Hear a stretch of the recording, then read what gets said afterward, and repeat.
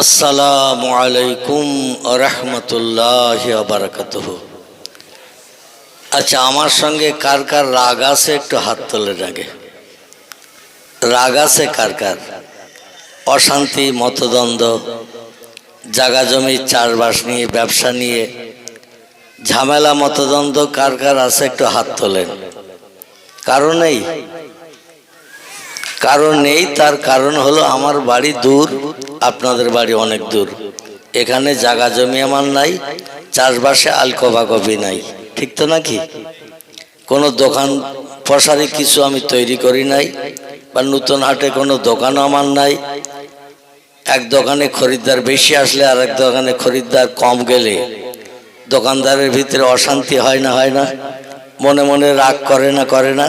ওর দোকানের খরিদ্দার আমার দোকানে কখন আসবে?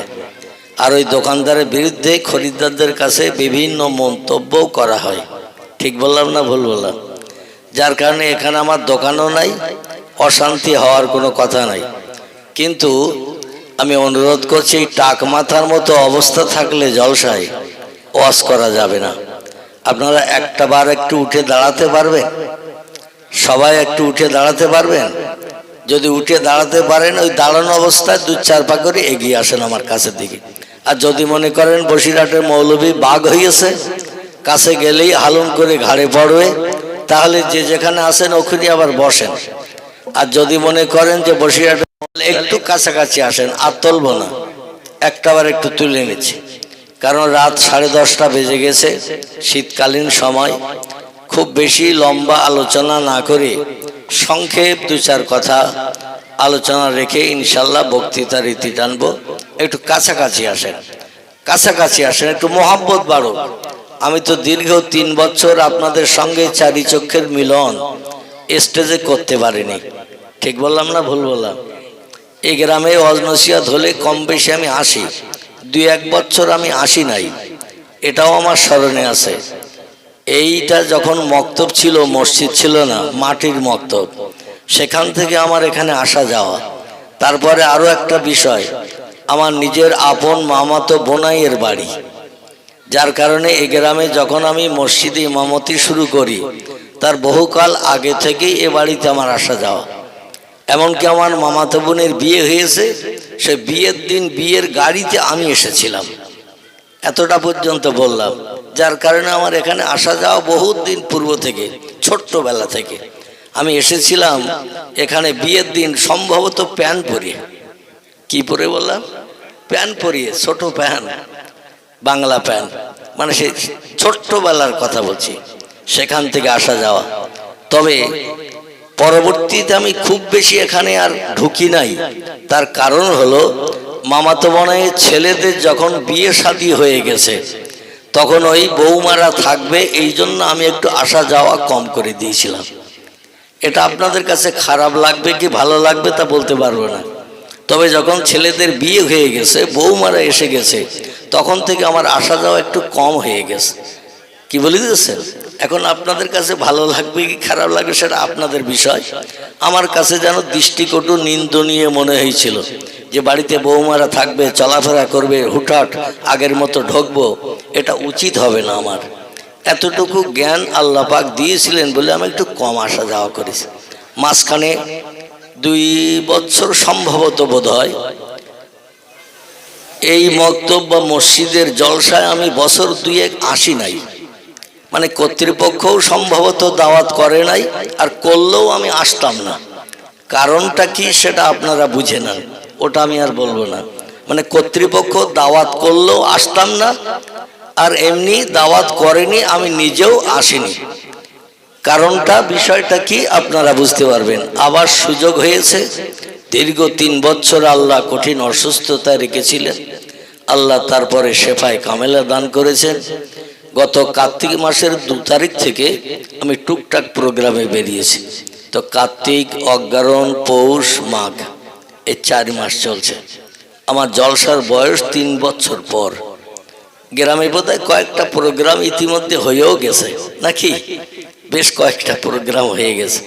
এখনো আর একটা প্রোগ্রাম আছে আমাদের জামে মসজিদের বাৎসরিক ইসালে সব সম্ভবত 22শে মাঘ আছে না মসজিদে। সেদিন আল্লাহ হায়াতে বাঁচিয়ে রাখলে আবার দেখা হবে এই স্টেজে বসা অবস্থায়, শ্রোতাদের সামনে বসা অবস্থায়। আর এর ভিতরে আল্লাহ যদি ডাক দেয় তাহলে আর চারি চক্ষের মিলন হবে না। যাই হোক, আর লম্বা নিজেদের পারিবারিক আলাপ আলোচনা না করে বেহেশতের বাগান, এই বাগানের উদ্দেশ্য নিয়ে পাক কালাম কোরআন মজিদ থেকে একটি সেন্টেন্স বাক্য আয়াত আমি রাখবো এবং পয়গম্বর মোহাম্মদ রাসূলুল্লাহ জবানি মোবারক একটি রেখে সংক্ষেপ 2-4 কথা আলোচনা রাখবো। আবার আমার ইউটিউব আলার ভাইরা ওনারা একটা অনুরোধ রেখেছেন, বসিরহাটের আল্লামা হুজুর রহমাতুল্লাহ আলাইহি ফুরফুরার পীর সাহেব আবু বকর সিদ্দিক আল কুরাইশির কাছে জীবনের প্রথম বায়াত হতে গিয়েছিলেন। এই বায়াতের বিষয়টা কোন ক্যাসেটে, অনেক আগের জলসা, কোন ক্যাসেটে শুনেছে, ওরা আবার একটু শোনার নিবেদন করেছে। এখন আমি কোন দিকে যাব চিন্তা ভাবনা করছি। গতদিন জলপারে ওয়াজ করতে করতে মাঝখানে ছেড়ে দিয়েছিলাম, 1.5 ঘন্টার মতো বক্তব্য রেখেছিলাম, মনে আছে আপনাদের? 1.5 ঘন্টার মতো। আর চিন্তা ভাবনা করেছিলাম, ওদিন বোধহয় আলোচনাও করেছিলাম যে আগামী দিন মির্জাপাড়া নূতন জামে মসজিদে আলোচনা হবে, ইনশাল্লাহ আপনারা স্মরণ করে দেবেন, এখান থেকে আবার বাকি অংশটা আলোচনা করব। বলেছিলাম। এখন যাই হোক, আমি বক্তৃতা রাখতে রাখতে সামনের দিকে এগিয়ে যাই। আমার পরও একজন বক্তা আছে না নাই? আছে তো নাকি? আচ্ছা, এই আমার ওয়াজ শুনতে শুনতে পেট ভর্তি হবে না কিছু খালি থাকবে? কথা বলতে হবে। পেট ভর্তি হবে না কিছু খালি থাকবে? যদি বলেন হুজুর ভর্তি হবে, তাহলে আমি আলোচনা লম্বা না করে, আপনাদের মনোবাঞ্ছা পূর্ণের আলোচনা না করে কিছুটা খালি রেখে আমি ছেড়ে দেব। কারণ আরেকজন বক্তা আছেন, তিনি আসবেন, ওয়াজ করবেন। আর যদি আপনারা বলেন ভর্তি হয়ে গেছে আর মাল রাখার জায়গা নাই, তাহলে তো বক্তার ওয়াজ নসিহতি হবে না। আমার ক্লাস ফ্রেন্ড, বন্ধুবর, পড়ার জীবনের সাথী, ওমরা হসপাকেরও সাথী আলহাজ মাওলানা আজিজুর রহমান সাহেব ইত্তগরে আপনাদের কাছে প্রিয় নবী মুহাম্মদ রাসূলুল্লাহর শুভ আগমন, জন্মগ্রহণ এবং বাল্যকাল মা হালিমাতুস সাদিয়া রাদিয়াল্লাহু আনহার বাড়িতে তিনি লালিত পালিত হয়েছিলেন সে বিষয়ে আলোচনা হয়েছে নাকি? তার সঙ্গে পারিপার্শ্বিক আরও কিছু আলোচনা ওর ভিতরে ঢুকে গেছে। আমি ওদিকে আজকে রাত যাব না। ও বিষয়ে আমার অনেক ক্যাসেট আছে, আপনারা সে ক্যাসেট শুনবেন, আশা রাখি শুনতে ভালো লাগবে। আজকের আমার মূল বক্তব্য হলো, গতদিন আলোচনা করেছিলাম আমি 3টি বিষয় নিয়ে, কোরআন পাক থেকে 3টি বিষয় নিয়ে আপনাদের কাছে উদ্ধৃতি দিয়েছিলাম। সেই উদ্ধৃতি নিয়ে একটু সামনের দিকে এগিয়ে যাব। ধীরে স্থিরভাবে মনোনিবেশ সহকারে শ্রবণ করুন, আশা রাখি ভালো লাগবে। কি লাগবে? ভালো লাগবে। কারণ কোরআন হাদিসের কথার আলোচনা যে লোকটার ভালো লাগবে না, আমার সন্দেহ হয় ও লোকটির ঈমান আছে কিনা।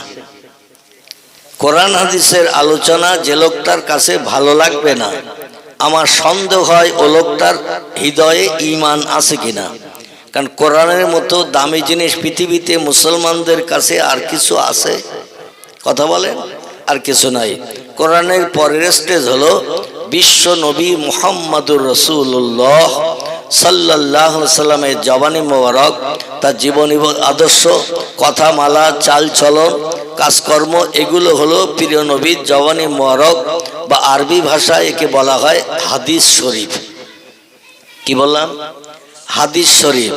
এই হাদিস শরীফের কথা যে লোকটি শুনতে ভালো লাগবে না, যে হাদিস শরীফের ভিতরে নবীজির কথার ভিতরে শস্য দানা পরিমাণ সন্দেহ নাই, সন্দেহ মুক্ত কথা, এই সন্দেহ মুক্ত কথা যে লোকটি শুনতে ভালো লাগবে না, আমি মনে মনে ধারণা করব সে লোকটা জান্নাতে যেতে পারবে কিনা সন্দেহ আছে।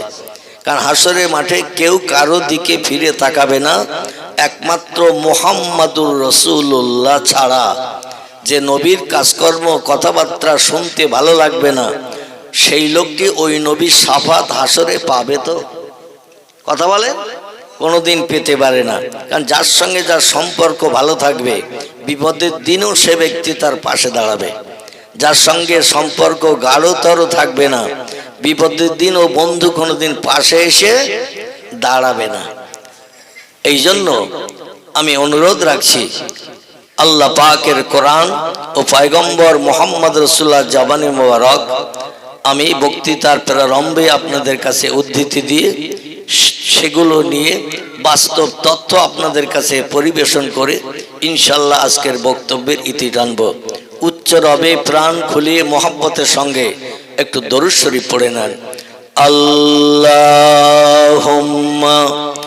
সাল্লি আলা সাইয়্যিদিনা মাওলানা ওয়া আলা আলি সাইয়্যিদিনা।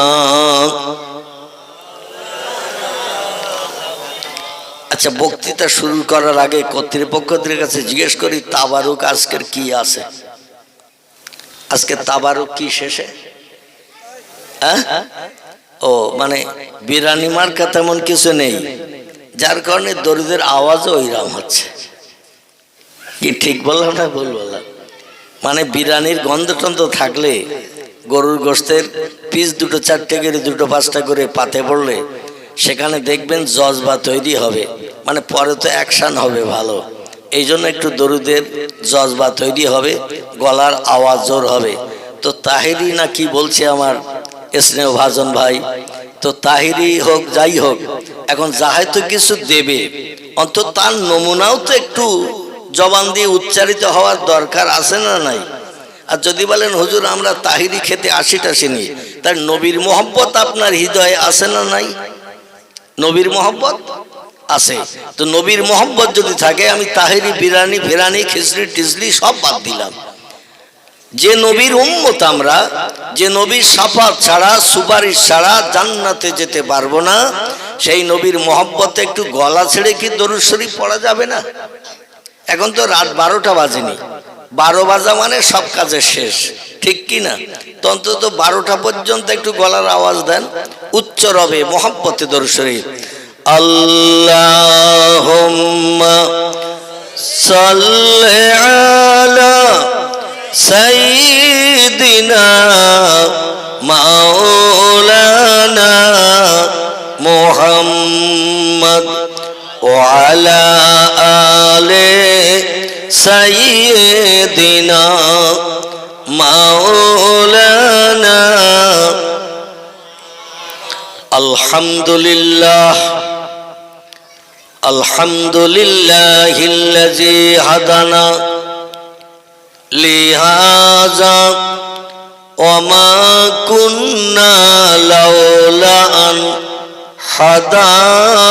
হাদানাল্লাহ ওয়া আশহাদু আল্লা ইলাহা ইল্লাল্লাহু ওয়াহদাহু লা শারীকা লাহ শাহাদাতান মান আমানা বিল্লাহি ওয়া কাফারা বিজ্জিবতি ওয়াত তাগুত ওয়া আশহাদু আন্না সাইয়্যিদানা ওয়া নাবিয়ানা ওয়া হাবিবানা ওয়া শাফিয়ানা ওয়া সামাদানা ওয়া মাওলানা মুহাম্মাদান সাল্লাল্লাহু আলাইহি ওয়া সাল্লামা আবদুহু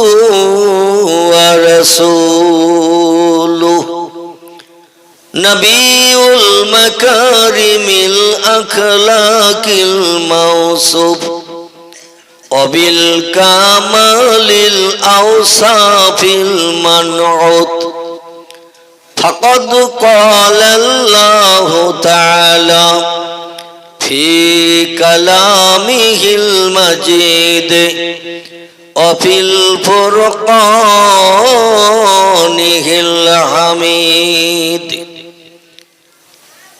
আউযু বিল্লাহি মিনাশ শাইতানির রাজিম। বিসমিল্লাহির الرحمن الرحيم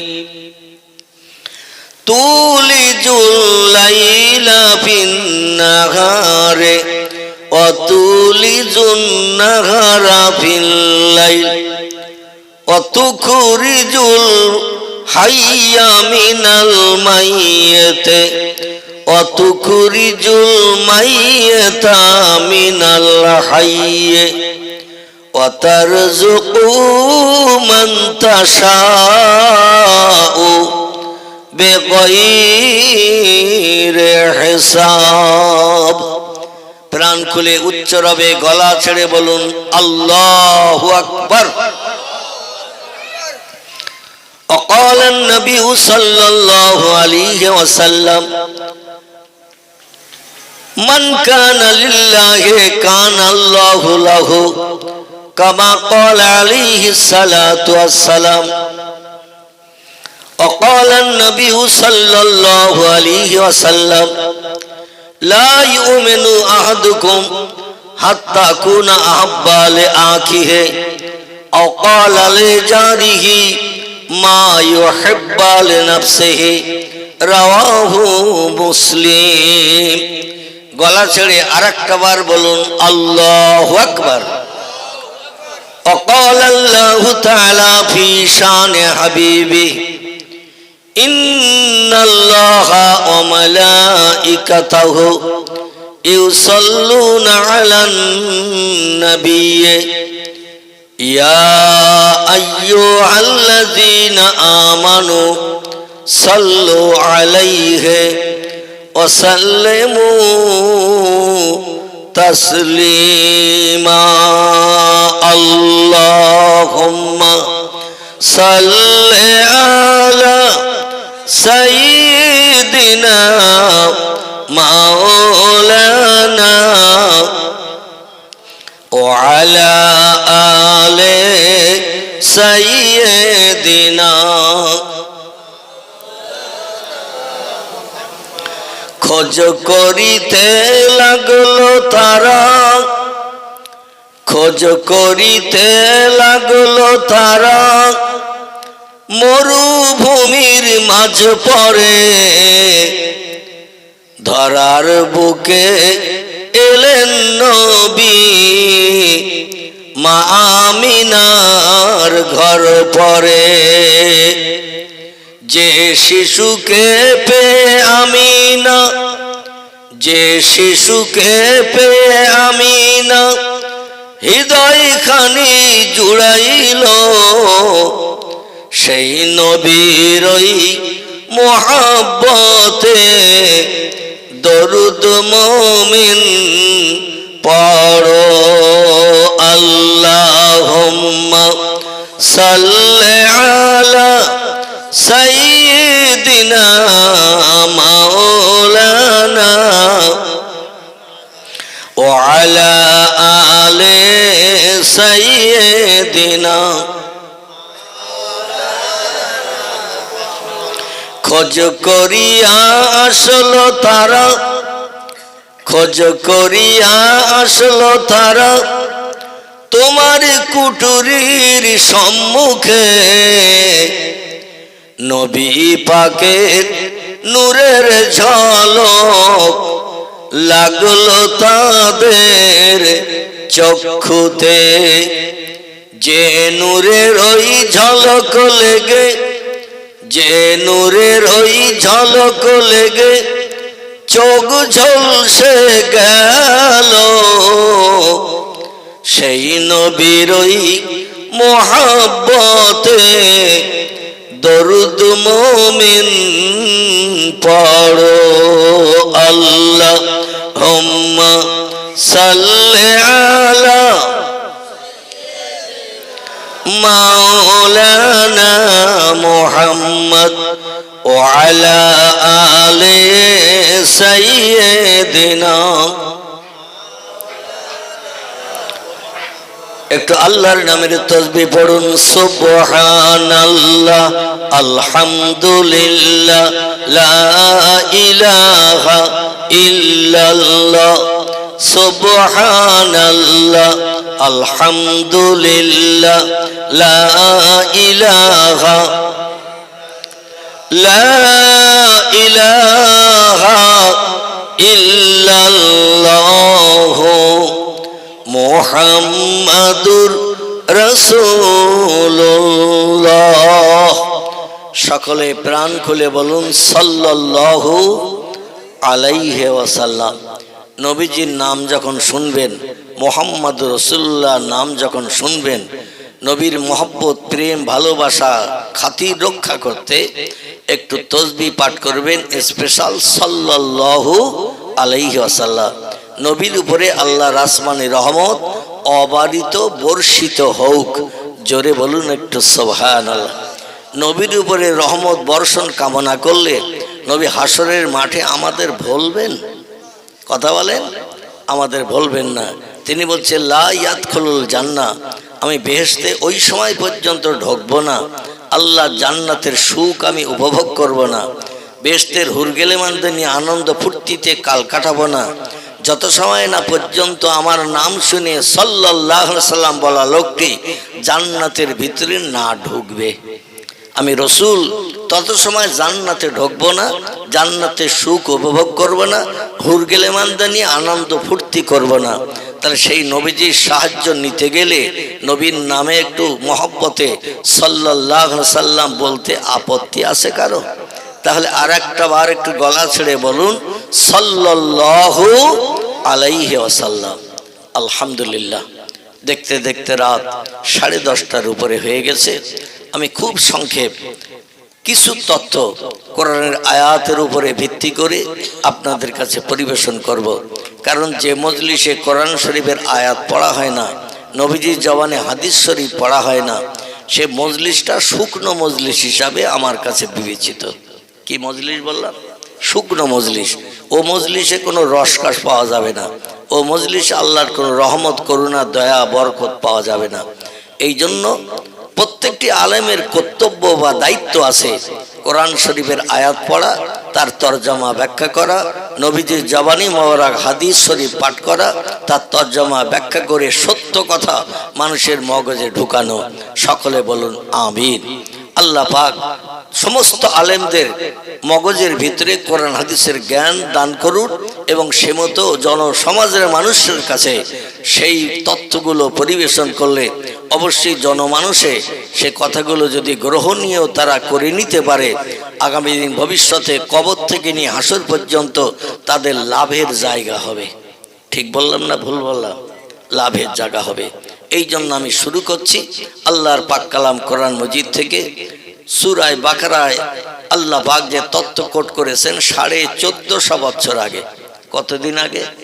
আচ্ছা, 1450 বছর আগে কোরআন পৃথিবীতে এসেছে, যখন বিজ্ঞান ছিল না, দর্শন ছিল না, ইঞ্জিনিয়ার ছিল না, নামি দামি ডাক্তার ছিল না, উচ্চ শিক্ষিত মাস্টাররা ছিল না, ঐতিহাসিক ছিল না, বা এমন করে কোনো লেখক সাহিত্যিক যখন ছিল না, তখনকার যুগের কোরআন এখন মডার্ন যুগে চলবে?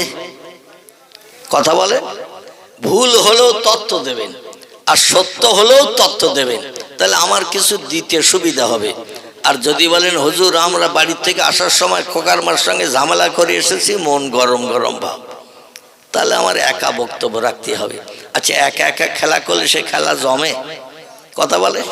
তাহলে মাঠে খেলতে গেলে দুটো দল লাগে না লাগে না? দুটো দল লাগে। এক দল যদি মাঠে প্র্যাকটিস করে, কোনো দর্শক দাঁড়িয়ে দেখবে? বলে ওরা এক দলের লোক, এর পার থেকে ওর পায়ে দিচ্ছে, ও তো কাজ হবে না। গোলে ঢুকাচ্ছে কোন দল কোন দলের বিরুদ্ধে সেইটা দেখ, ঠিক কি না? কোন দল কোন দলের বিরুদ্ধে গোলের ভিতরে বল ঢুকাচ্ছে দেখ।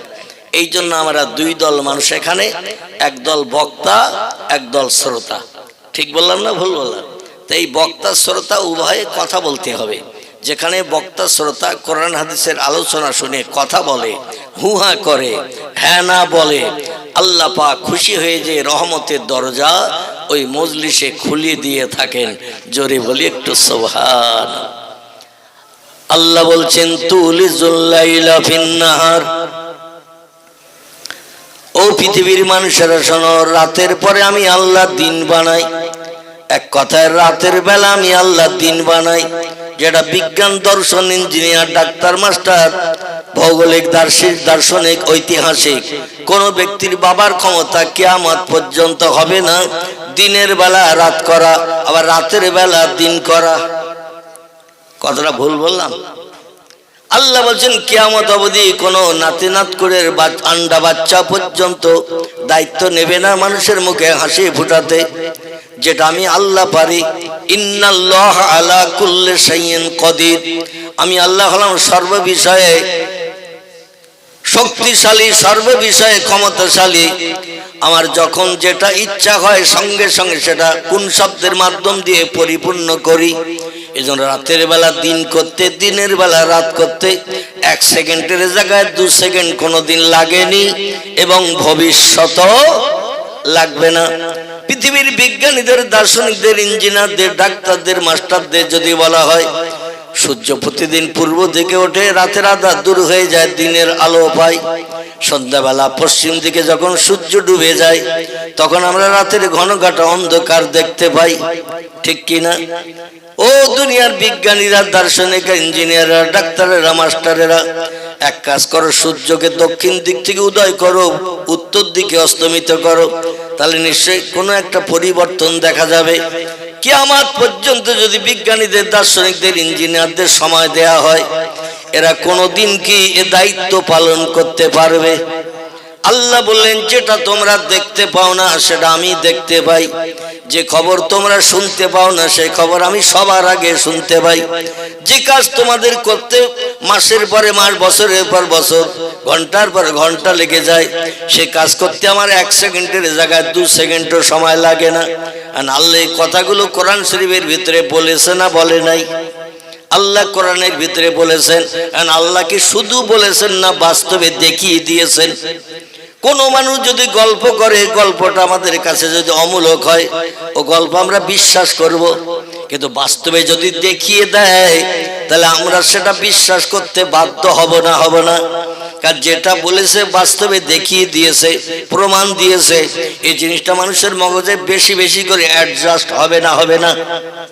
আল্লাহ বলছেন শোনো, আমি শুধু মুখে হাজার হাজার তত্ত্ব আমার কোরআনে পরিবেশন করি নাই, আমার জবানি দিয়ে কোরআন শরীফ ভরে দিই নাই, হাজারো হাজারো তত্ত্ব যেগুলো বলেছি সেগুলো বাস্তবে প্রমাণ করেও দেখিয়েছি, যাতে কিয়ামত অবধি তোমাদের নাতি নাতকুর আন্ডা বাচ্চা আমার কোরআনের কথাকে বিশ্বাস রাখে, কোনোদিন অবিশ্বাস না করে। আমি গতদিন আলোচনা করতে করতে বলেছিলাম আল্লাহ রাতের বেলা দিন করেন, এটা আপনাদের কাছে বাস্তব তত্ত্ব দিয়েছিলাম। প্রিয় নবীর প্রিয় সাহাবী আলী মুর্তজা রাদিয়াল্লাহু আনহুর জীবনী নিয়ে, হাসান হোসেনের জীবনী নিয়ে, মনে আছে তো? রাতের বেলা কেমন দিন হয় সেটা আলী রাদিয়াল্লাহর জীবনীতে, হাসান হোসেনের জীবনীতে আল্লাহ বাস্তব প্রমাণ করে দেখালেন। ডুবন্ত সূর্যকে আবার আসমানের আকাশে গাছের মাথায় উঠিয়ে বিকালবেলা বানিয়ে দিয়ে 2 বাচ্চাকে ফেরত নিয়ে আলী রাদিয়াল্লাহ বাড়ি যাওয়ার সুযোগ পেয়েছিলেন। এই কারণে পয়গম্বর মুহাম্মদ রাসূলুল্লাহ বললেন, আলী তুমি টাকা নিয়ে যাও, আর আমি মসজিদে নববীর ভিতরে যাই নামাজে বসে হাত তুলে বসে আছি। শুধু হাত তুলে বসে নয়, আল্লাহ পাক বান্দার যে জিনিসটা খুব বেশি পছন্দ করেন সেটির নাম হলো চোখের পানি। কিসের পানি? চোখের পানি আল্লাহ বড় পছন্দ করেন। ফালিয়াদাহাকু কালিলা ওয়ালিয়াবকু কাসীরা। আল্লাহ বলছেন যদি আমাকে রাজি করতে চাও, জীবনের সব সমস্যার সমাধান আমার কাছ থেকে যদি পেতে চাও, 2টো কাজ একটু কম বেশি করে করে নাও। একটি কাজ হলো হাসি তামাশা কম কম করবে, আর চোখের পানি আমার কাছে একটু বেশি বেশি করে ফেলবে। পয়গম্বর মুহাম্মদ রাসূলুল্লাহ মসজিদে নববীর ভিতরে যায় নামাজে বসা অবস্থায় তখন হাত তুলে চোখের পানি ফেলছেন, আর নবী অহরহ কাঁদতেন। জোরে বলুন একটু সুবহানাল্লাহ। নবীর চোখের পানি কান্না দেখে আল্লাহ বলেন, সূর্য রে, আমি যদি তোরে বানিয়ে থাকি, আমি যদি তোর মালিক হয়ে থাকি, আমি আল্লাহ বলছি ডুবে গেছিস তুই, কি হয়েছে? আমি আল্লাহ আবার বলছি তোর মালিক, আমি তোরে বানিয়েছি, আর যা হুকুম করি আমার হুকুম বাস্তবে রূপদান করিস, আমার হুকুমের খেলাফ কোনোদিন তো করিস নাই, আজও করিস না। আবার একটু পশ্চিম দিক থেকে ওজন ওঠ, পশ্চিম দিকে যেদিকে ডুবে গেছে ওই দিক থেকে আবার ওজন ওঠ, পূর্ব দিকে দিকে গিয়ে রাতের অন্ধকার দূর করে দে, দিনের আলো দেখিয়ে দে। অন্যথায় হাসান হোসেন জীবনে তার আম্মা জননী ফতেমার চার মুখ দেখতে পাবে না, মায়ের কোলে উঠতে পারবে না, মায়ের সোহাগ ভরা চুম্বন পেতে পারবে না। এই জন্য উঠে যা। নবীর চোখের পানির ওসিলা করে আল্লাহ পাক সূর্যকে হুকুম করে দিলেন, আর সূর্য সঙ্গে সঙ্গে পশ্চিম দিক থেকে ওজন উঠে গেল। তাহলে হাসরের মাঠ যেদিন হবে সেদিনও সূর্য পশ্চিম দিক থেকে উদয় হবে। এতে আমাদের আর অবিশ্বাস হওয়ার কোনো জায়গা আছে? হাসরের মাঠে সূর্য পশ্চিম দিক থেকে উদয় হবে, পূর্ব দিকে অস্তমিত হতে যাবে। আল্লাহ তো সেটা এখান থেকে 1450 বছর আগে দেখিয়ে দিয়েছেন। সেদিন যদি সূর্য উদয় হয়ে থাকে পশ্চিম দিকে, ভবিষ্যতে উদয় হবে না? হবে না? হবে। এবার আমার আল্লাহ পাক রব্বুল আলামিন বলছেন, আমি দিনের বেলাও রাত বানাই, এটা রাতের বেলা দিন। আর এদিকে লম্বা আলোচনা করব না। আল্লাহ বলছেন দিনের বেলাও রাত বানাই। আচ্ছা, এটা কি পারবে? রাতের বেলা নেই, আল্লাহ সূর্য উঠিয়ে দিন বানিয়েছে, দিনের বেলা রাত বানাতে পারবে? পারবে? আল্লাহ বলছেন, ও বান্দারা, আমার কোরআন পাক একটু হালকা করো। আমার কোরআনের ভিতরে আমার একজন মহব্বতের বান্দা, মহব্বতের প্রেমিক বান্দা, নাম তার ইব্রাহিম খলিলুল্লাহ। কি নাম? ইব্রাহিম খলিলুল্লাহ। আল্লাহ কোরআনে যত পয়গম্বরের জীবনী কোট করেছেন, সব থেকে লম্বা জীবনী যার, তার নাম হলো হযরত ইউসুফ আলাইহিস সালাম। কি নাম বললাম? হযরত ইয়াকুব নবীর বেটা। ইউসুফের জীবনী সব নবীর জীবনী থেকে লম্বা। এরপরে আল্লাহ পাক আরেকজন পয়গম্বরের জীবনে একটু লম্বা করে বানিয়েছেন। তো ইউসুফের মতো অত লম্বা নয়, তার থেকে একটু কম। এই পয়গম্বরের নাম হযরত ইব্রাহিম খলিলুল্লাহ। কি নাম বললাম? ইব্রাহিম খলিলুল্লাহ। ইব্রাহিম খলিলুল্লাহর পরে আরেকজন পয়গম্বরের জীবনে আল্লাহ কোরআন একটু লম্বা করে কোট করেছেন।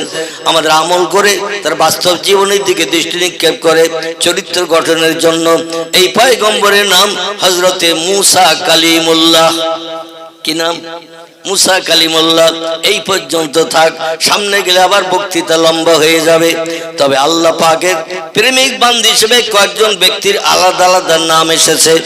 একজনের নাম আদম সফিউল্লাহ, একজনের নাম ইব্রাহিম খলিলুল্লাহ, একজনের নাম মুসা কালিমুল্লাহ, একজনের নাম ঈসা, কথা বলেন, রুহুল্লাহ। ঈসা রুহুল্লাহ। ইনি মরা মানুষকে কবর থেকে জিন্দা করে উঠিয়ে তুলতেন। জোরে বলুন একটু সুবহানাল্লাহ। আরবিতে রুহুল্লাহ এই জন্য বলা হয়, উনি বলতেন কুম বিজনিল্লাহ ইয়া আব্দুল্লাহ, ও আল্লাহর বান্দা, কে তুমি কবরে আসো কত বছর জানি না, আমি আল্লাহর পয়গম্বর মরিয়মের বেটা ঈসা বলছি, তুমি কবর থেকে একটু জিন্দা হয়ে উঠে যাও। আচ্ছা, আমরা যদি কোনো কবরস্থানে যাই, যে বলি কুম বিজনিল্লাহ ইয়া আব্দুল্লাহ, ও আল্লাহর বান্দা তুমি কবর থেকে ওঠো, উঠবে? উঠবে না? উঠবে না। আচ্ছা, লাঠি দিয়ে যদি কবরে বাড়ি মারি ঈসা নবীর মতো, ধুলে উড়িয়ে যাবে, মাটির ঢেলা ভেঙে যাবে, গাছপালার উপর মারলে গাছপালা ভেঙে যাবে, কিন্তু মরা লোকটা উঠবে? উঠবে না। আল্লাহর প্রিয় প্রেমিক বান্দী হিসেবে দুইটি দল পৃথিবীতে আছে। আমি গতকাল হরিকাটিতে জলসা করতে যেয়ে বলছিলাম, দুটি দল পৃথিবীতে আছে, আল্লাহর প্রেমিক বান্দা, প্রেমিক বান্দী, নারীও আছে, পুরুষও আছে। জোরে বলুন একটু সুবহানাল্লাহ। শুধু বেটা ছেলে নয়, নারীরাও আছে। আল্লাহর কাছে যেটা চেয়েছে আল্লাহ সেটা না দিয়ে পারে নাই। এরা হলো দুটি দলের মানুষ। একটি দলের নাম হলো নবী আম্বিয়ার দল, একটি দলের নাম হলো ওলি আউলিয়ার দল। আর যত দলের মানুষ আমরা আছি, মসজিদের ইমাম থেকে শুরু করি, কারণ আমিও তো ইমামতি করি, ওই দলে আমিও ঢুকে যাই, তাহলে আর কেউ বলতে পারে না হুজুর আমাদের নামে বদনাম দিয়েছে। এই আমিও তো ইমাম, আমার দিয়েই বলি ইমামের দল, মুয়াজ্জিনের দল, মুক্তাদির দল, চাষি তাঁতি কামার কুমোর সুতর ধোপা নাপিত ডাক্তার মাস্টার হাকিম জজ উকিল ব্যারিস্টার যত দলের মানুষ আছে সব দলের মানুষ কিন্তু আল্লাহর প্রেমিক প্রিয় বান্দা হতে পারে নাই। নারীও পারে নাই, পুরুষও পারে না, তার প্রেমিক প্রিয় বান্দা হয়েছে। একটি দলের নাম হলো নবী আম্বিয়ার দল, একটি দলের নাম হলো অলি আউলিয়ার দল।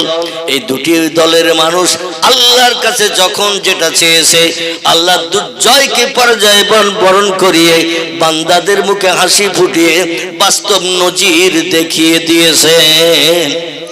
কেমন দিয়েছেন আসুন টুকটুক করে এগিয়ে যাই। তবে আজকে সব বক্তব্য শেষ হবে না, সব বক্তব্য শেষ হবে না, বলতে বলতে যত দূর যায় আগামীতে আল্লাহ আবার সুযোগ দিলে সেখান থেকে শুরু করবে ইনশাল্লাহ।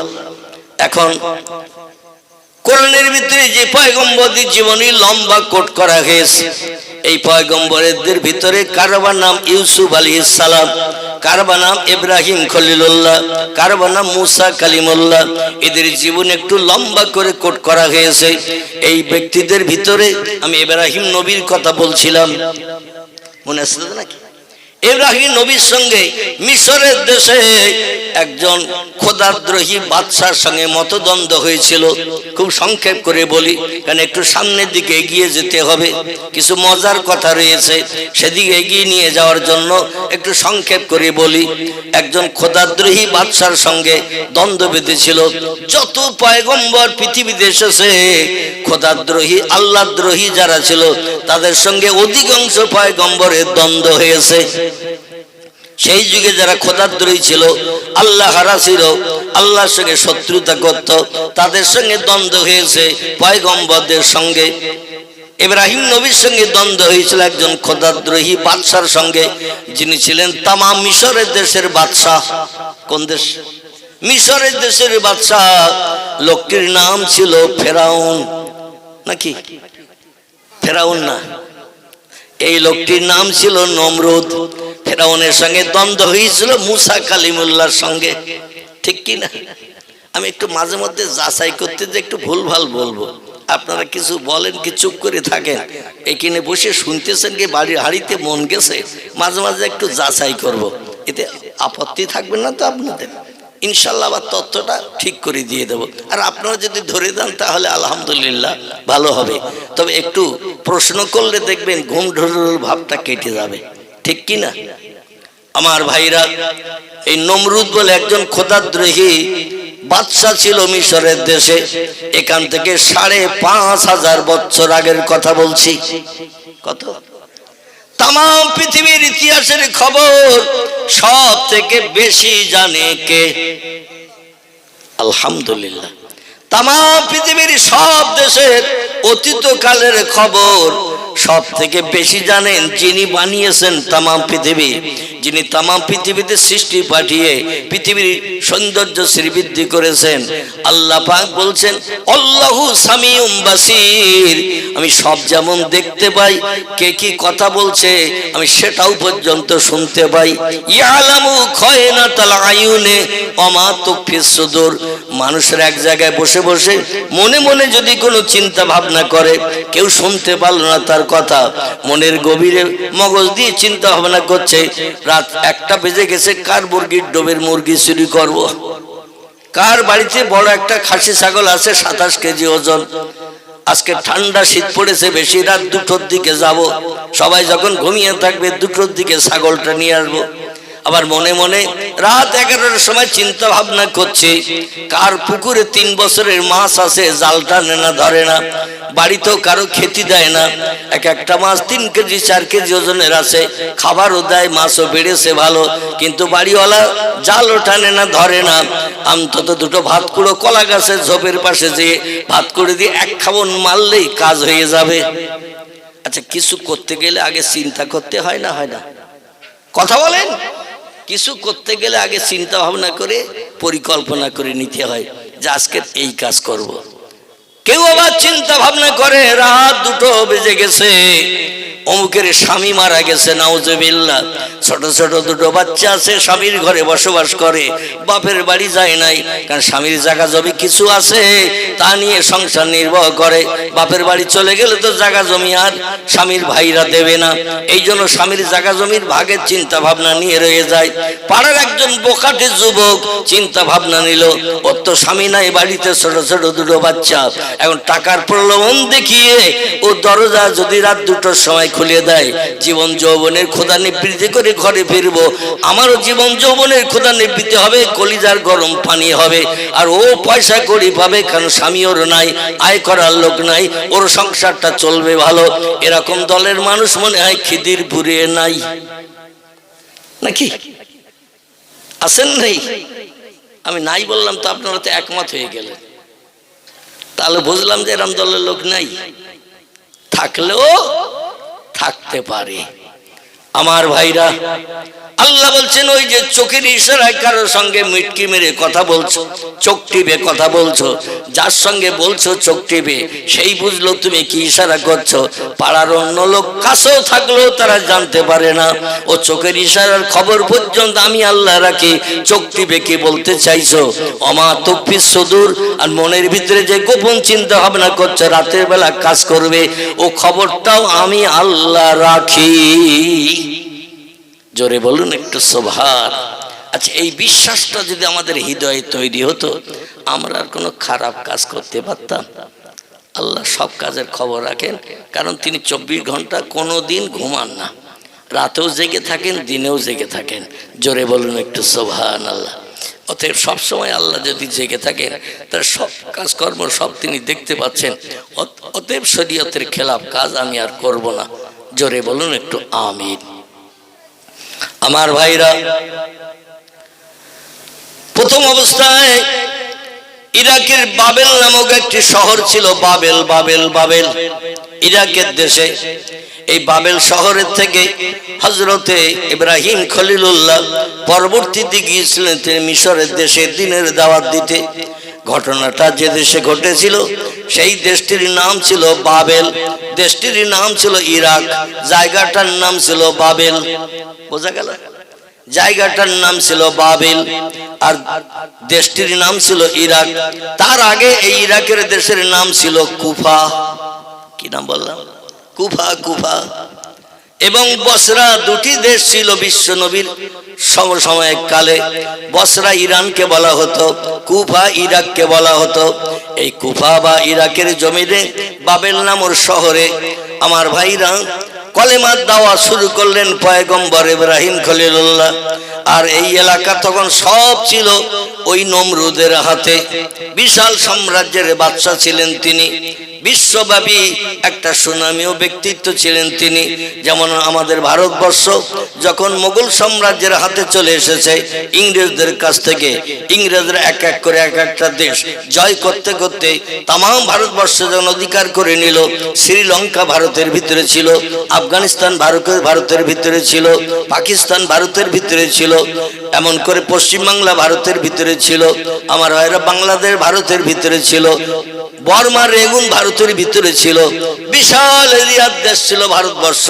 পরবর্তী এক এক রাজ্যের ভিতরে বিপ্লব শুরু হওয়ার কারণে রাজ্যগুলো আস্তে আস্তে আলাদা হয়ে যে ভারতের এরিয়া একটু কম হয়ে গেছে।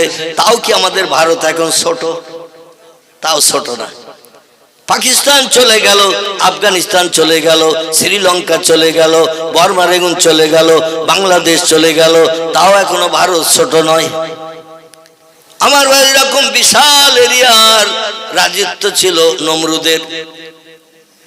নমরুদের কাছে খবর গেল দেশবাসী লোকজনদের মাধ্যম দিয়ে, এ দেশে একজন নতুন ধর্ম প্রচারক বেরিয়েছে, নাম তার আজরের বেটা ইব্রাহিম। কি নাম?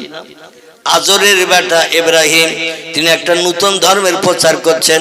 আর আপনি দেশবাসীকে জানিয়ে দিলেন, সবাই আমারে দেখলে বলবে আনতা রব্বি লা শাক্কা ফিহি, আপনি আমাদের প্রভু, এতে কোনো সন্দেহ নাই। উনি ঘোষণা দিতেন রাজ দরবারে বসে, আনা রব্বুকুমুল আলা, আমি হলাম সব খোদার বড় খোদা, আমার উপরে বড় প্রভু আর কেউ নাই।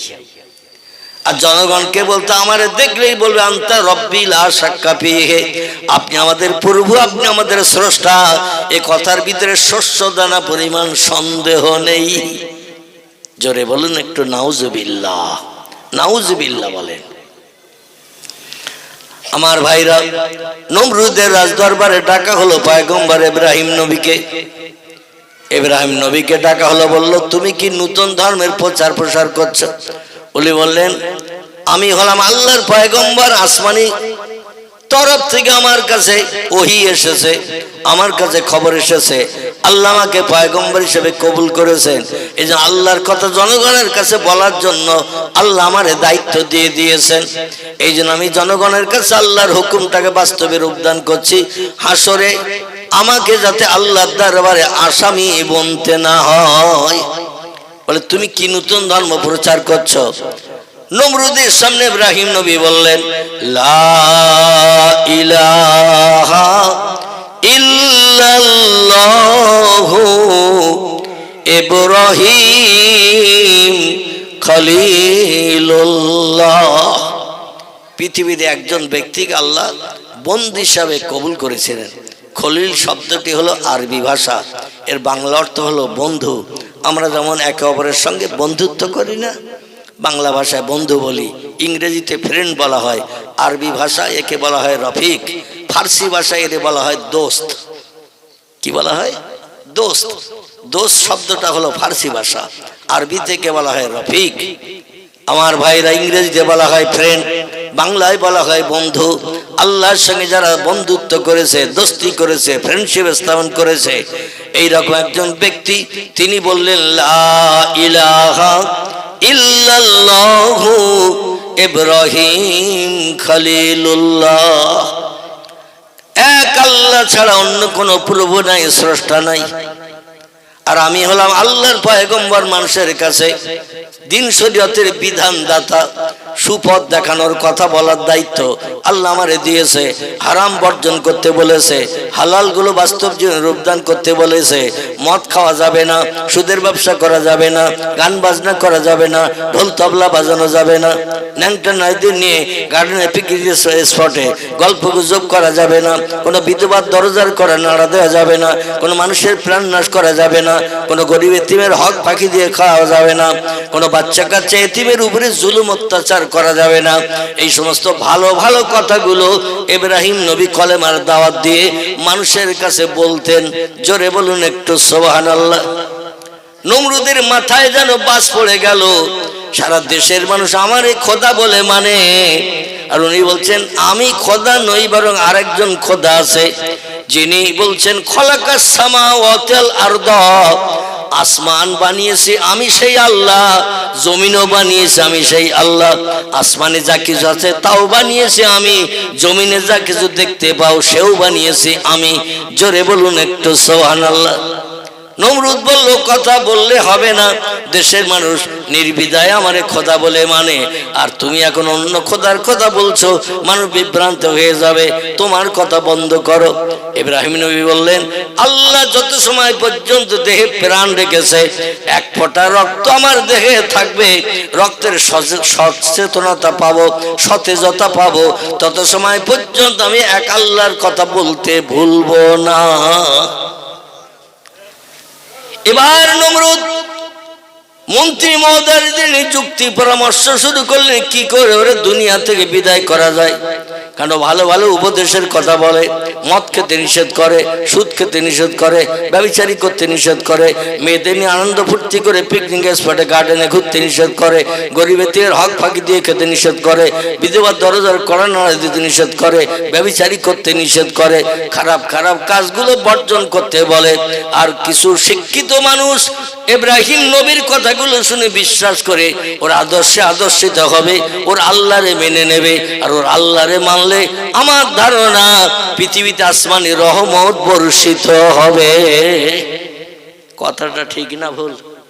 আল্লাহর হুকুম মানলে এ দুনিয়ায় রহমত পাওয়া যাবে না জহমত পাওয়া যাবে? রহমত পাওয়া যাবে, আল্লাহর গজব পৃথিবীতে আসবে না। জোরে বলুন একটু আমিন। ইব্রাহিম নবীকে মারার জন্য হাজারো চক্রান্ত করেছিল। বস্তার ভিতরে ভরে দিয়ে, খুব সংক্ষেপ করে বলি, বস্তার ভিতরে ভরে দিয়ে মুখ বেঁধে দিয়ে নীল দরিয়ায় ফেলে দিয়েছিল। কোথায়? নীল দরিয়ায় ফেলে দিয়েছিল। লোকজন দিয়ে, মন্ত্রী মহোদয় দিয়ে বলল নীল দরিয়ায় ফেলে দে। আবার ইবলিস শয়তান একটা যুবকের চেহারা নিয়ে নমরুদের কাছে চলে গেছে। কে? ইবলিস শয়তান। আল্লাহ পাক ওকে 4টে পাওয়ার দিয়েছেন, 70,000 বছর একটানা আল্লাহর ইবাদত করার জন্য। ক বছর? 70,000 বছর এই পৃথিবীতে আল্লাহর ইবাদত করেছে, সুবহানা রব্বিয়াল আলা বলে সেজদা করেছে। হে মহান পবিত্র আল্লাহ, তুমি ছাড়া স্রষ্টা আর কেউ নাই। এই 70,000 বছরের ইবাদতের প্রতিদান যখন জান্নাত থেকে বিতাড়িত হয়ে আদমকে সেজদা না করার কারণে জান্নাত থেকে বিতাড়িত হয়ে যখন পৃথিবীতে আসছিল, ওই সময় ইবলিস শয়তান, ওর পূর্ব নাম ছিল আজাজিল। কি নাম বললাম? আজাজিল পূর্ব নাম ছিল। আল্লাহ বললেন লানাতুল্লাহি ইবলিসা, কোরআনের কথা। আল্লাহ বললেন আমার অভিসম্পদ তোর উপরে অর্পিত হোক, আমার লানাত তোর উপরে অভিবাদিত হোক, আমার লানাত তোর উপরে পড়ুক, তুই চির জাহান্নামী আমার হুকুমের খেলাপ করার কারণে। এই জন্য জান্নাতে থাকার অধিকার নাই, আসমানে থাকার অধিকার নাই। বেরিয়ে যা, একটা খারাপ জায়গা বানিয়ে রেখেছে, ওই জায়গাটির নাম হলো আলামে দুনিয়া। কি নাম? আলামে দুনিয়া। দুনিয়া বলে একটা পচা জায়গা, খারাপ জায়গা বানিয়েছে। নবী বলছেন আর দুনিয়া জিফাতুন তলাবুহাল কেলাব, দুনিয়া হলো পচা গলা লাশ সদৃশ্য, আর এর আসক্তকারী হলো কুকুরের দল। কিসের দল? পচা গলার গন্ধ যদি কুকুরের নাকে লাগে, ওরে দড়ি দিয়ে বেঁধে রাখলো, টানা হেঁচড়া করবে না? করবে না? পচা গলা গন্ধ কুকুরের নাকে লাগলে ও শুধু ছুটতে থাকবে সেই দিকে যেদিক থেকে গন্ধ আসছে, কারণ পচা খেতেও বড় প্রিয়, পছন্দনীয়। নবী বললেন দুনিয়া হলো পচা গলা লাশ, পোকা বিড়বিড় করা লাশ, দুর্গন্ধওয়ালা লাশ। দুনিয়ার প্রেমে পাগল হয়ে প্রভুকে ভুলে যাবে যারা, পরকালে জান্নাত হারাম বানালো তারা। দুনিয়ার প্রেমে আসক্ত না হয়ে পরকালের জান্নাতের প্রেমে আসক্ত হয়ে যারা আল্লাহর ইবাদত বন্দেগী করবে, আল্লাহর হুকুম তামিল করবে, তারাই সফল কাম হবে। জোরে বলুন একটু সুবহান। আমার ভাইরা, তো ইবলিস শয়তান বলল আল্লাহ আমি তো 70,000 বছর আপনার ইবাদত করেছি, তো ইবাদতের কোনো প্রতিদান দেবেন না? আমার তো তাড়িয়ে দিচ্ছেন জান্নাত থেকে পৃথিবীতে পচা জায়গায়, তো কোনো প্রতিদান ইবাদতের কিছু দেবেন না? আল্লাহ বলেন অবশ্যই আমি কোরআনে জানিয়েছি। এ দুনিয়ার মানুষেরা তোমরা শোনো, ফামাইয়া আমাল মিসকালা যাররাতিন খায়রা ইয়ারা, যে লোকটি 100 দানা পরিমাণ ভালো কাজ করবে তার প্রতিদান বদলা সে পাবে। অমাইয়া আমাল মিসকালা যাররাতিন শাররা ইয়ারা, আবার 100 দানা পরিমাণ খারাপ কাজ যে করেছে তারও বদলা হাসরের মাঠে তার হাতে দেয়া হবে। আমি আল্লাহ কাজুল কুজ্জাত আহকামুল হাকিমিন, আমি ন্যায়ের তুলাদণ্ডে বিচার করব, কাউকে বাড়তি বিপদে ফেলবো না, কাউকে আবার বাড়তি সুযোগও দেব না। যে যেমন আমল করে আসবে তার আমলের প্রতিদান দেয়া হবে। এই জন্য আল্লাহ বলেন আমি তো কোরআনে ওয়াদা করেছি, আমার কোরআনের টোটাল কথা সত্য। আসমানে আরও যত কেতাব পাঠিয়েছি, তৌরিত পাঠিয়েছি, জব্বুর পাঠিয়েছি, ইঞ্জিল পাঠিয়েছি, আমার আসমানি কেতাবের কথা সত্য। সত্য কথা আমি বলেছি, আর সেই কথার অ্যাভয়েড করবো আমি। ইন্নাল্লাহা লা ইখলিফুল মিয়াদ, আমি যত ওয়াদা আসমানি কেতাবে করেছি একটা ওয়াদা কোনোদিন ভঙ্গ করিনি এবং ভবিষ্যতও করব না।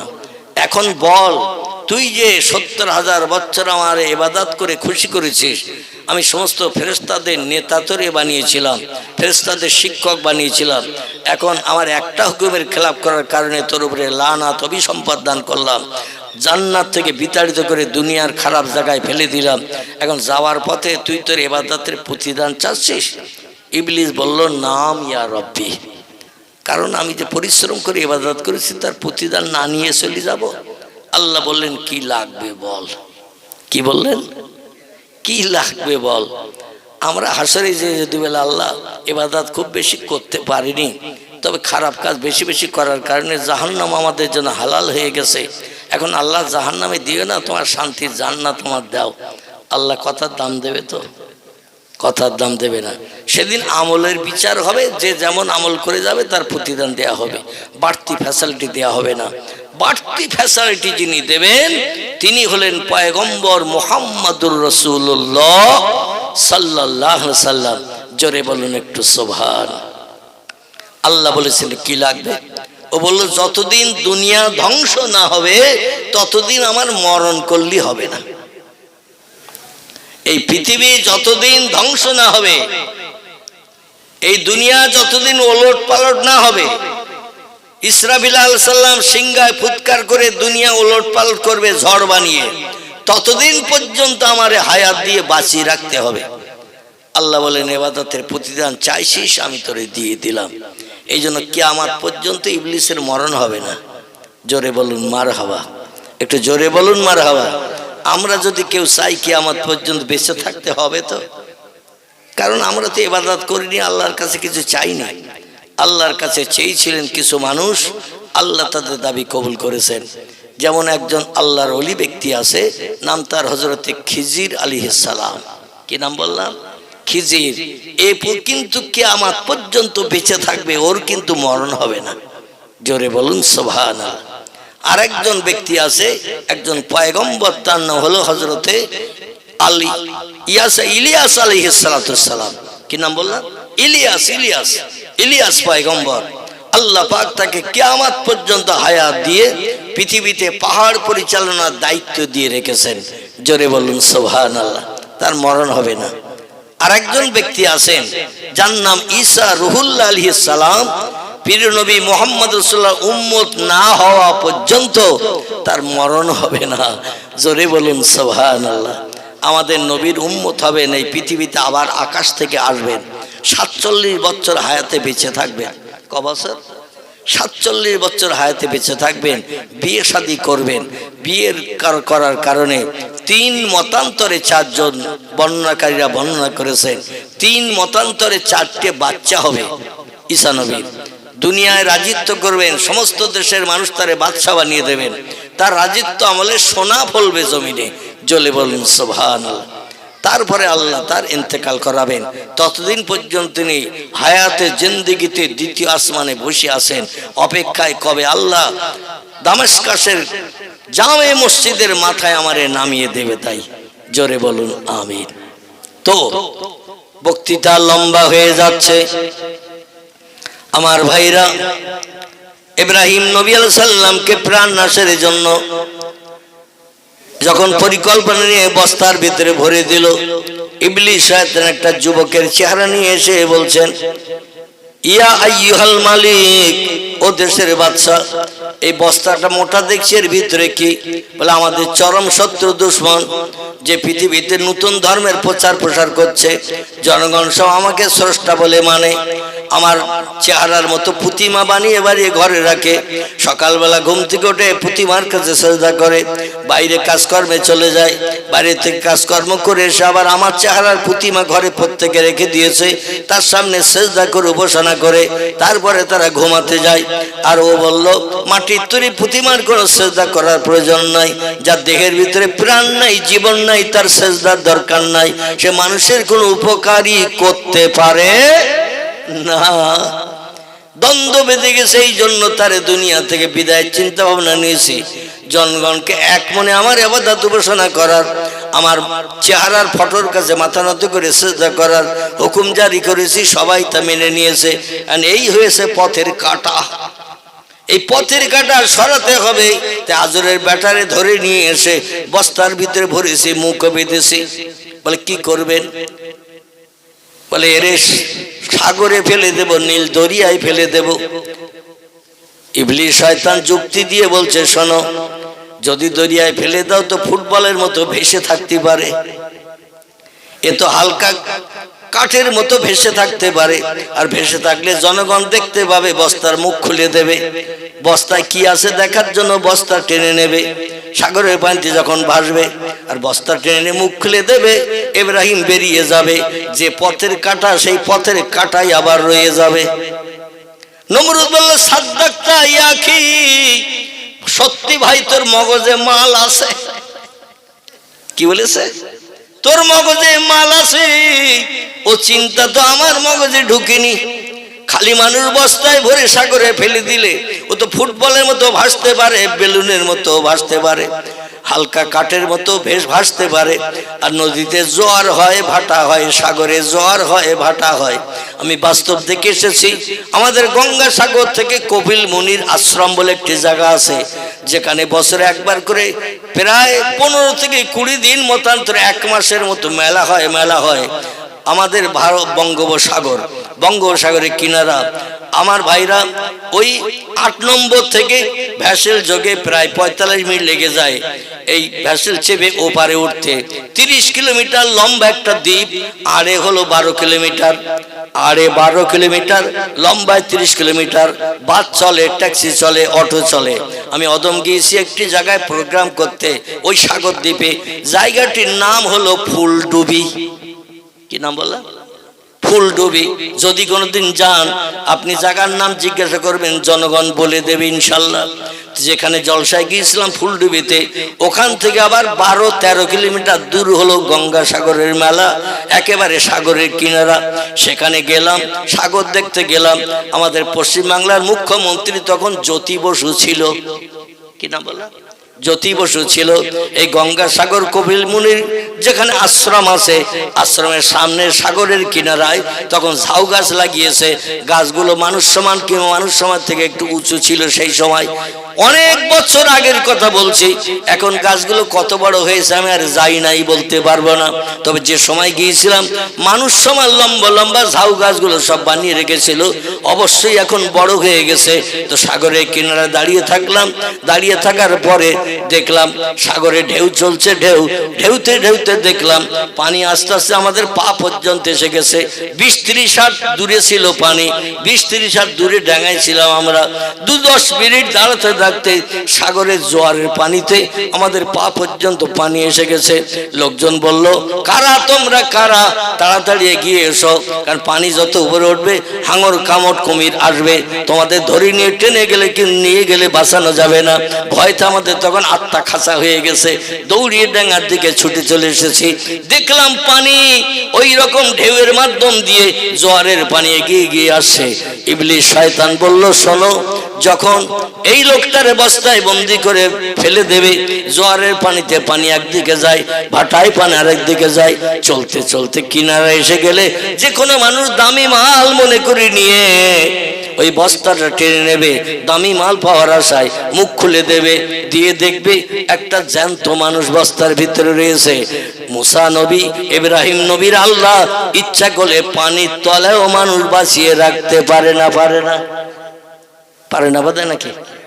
পানির তলায়ও মানুষ বাঁচিয়ে রাখতে পারে। কেমন রাখতে পারে আমি একটু পরের যে সেন্টেন্স দুটি বলবো, যে ওয়ার্ড দুটি বলবো, অতুখরিজুল হাইয়া মিনাল মাইয়াতে, অতুখরিজুল মাইয়াতে মিনাল হাইয়ে। আল্লাহ বলছেন আমি মরারে জিন্দা করতে পারি, জিন্দারে মারতে পারি।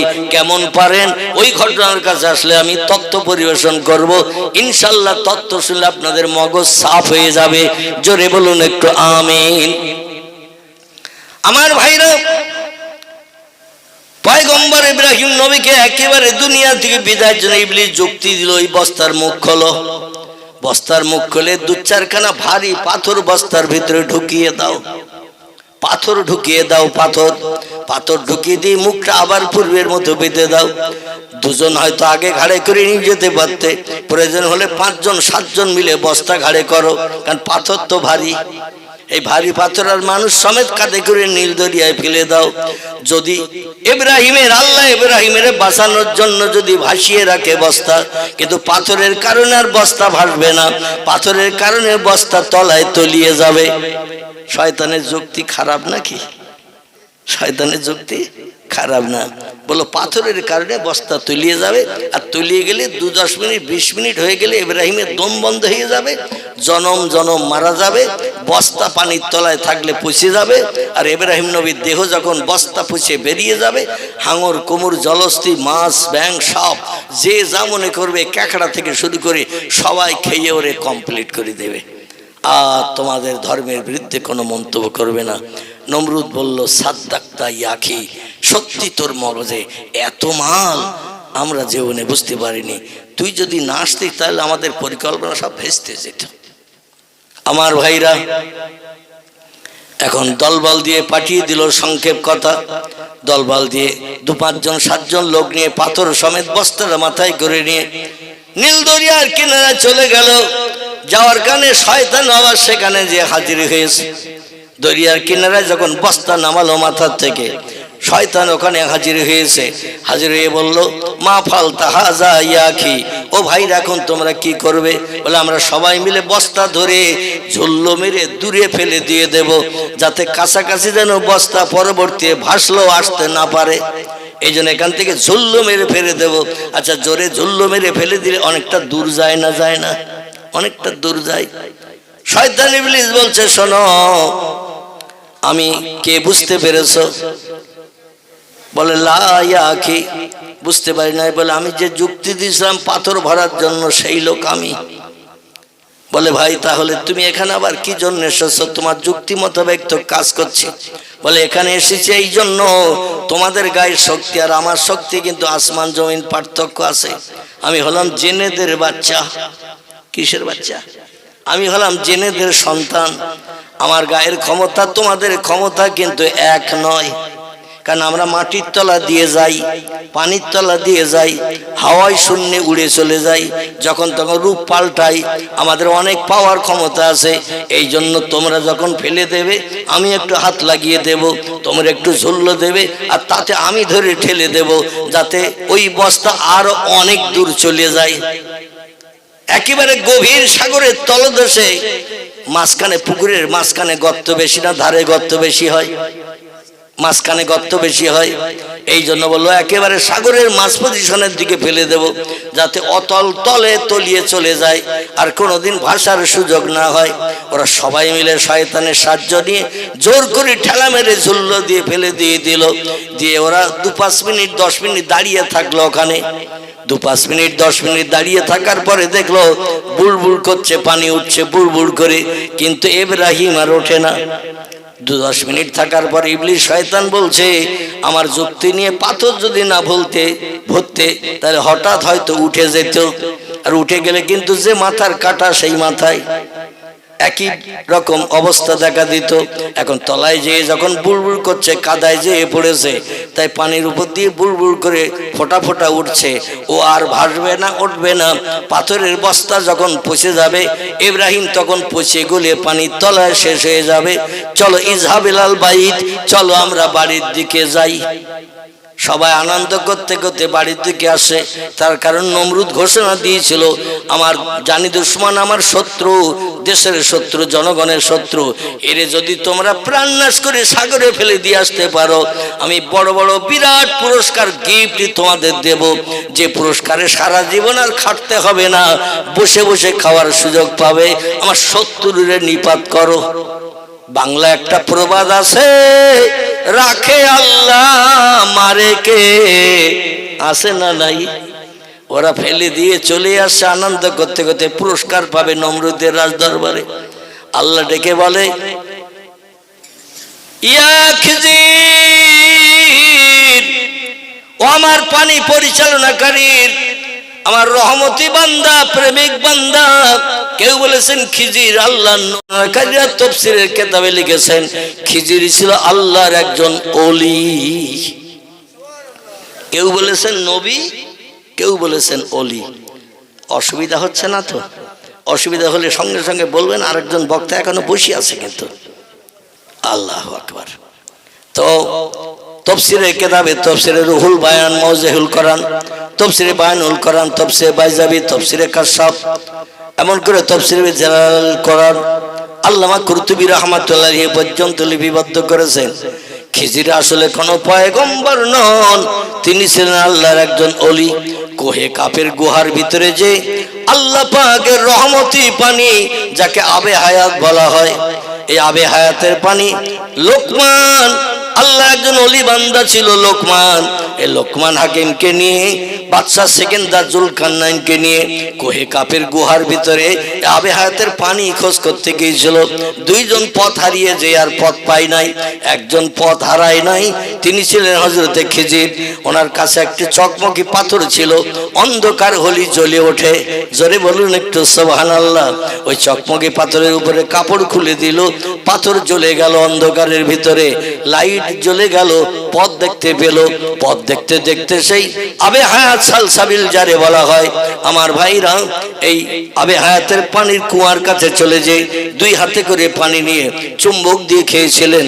তাফসীরের ভিতরে আল্লাহ নবী হাদিস শরীফে জানিয়েছেন, তাফসীরের ভিতরে লেখা করা জানিয়েছেন, এই আবে হায়াতের পানি যে লোকটি একবার পান করতে পারবে কিয়ামত পর্যন্ত তার মরণ হবে না। এই পানিটা পান করেছিলেন হযরতে খিজির বাদশা সেকেন্দার জুলকারনাইনের আমলে। কার আমল বললাম? বাদশা সেকেন্দার জুলকারনাইন, যিনি বিশ্বব্যাপী বাদশাহিত্য করেছিলেন। কটা দেশে? বিশ্বব্যাপী, তাম পৃথিবীব্যাপী বাদশাহিত্য করেছিলেন এই লোকটা। তাই বললো যে আমি একটু লম্বা দিন বেঁচে থাকতে চাই, আবে হায়াতের পানি কোথায় আছে খোঁজ করো লোকমান, খোঁজ করো খিজির, খোঁজ করো।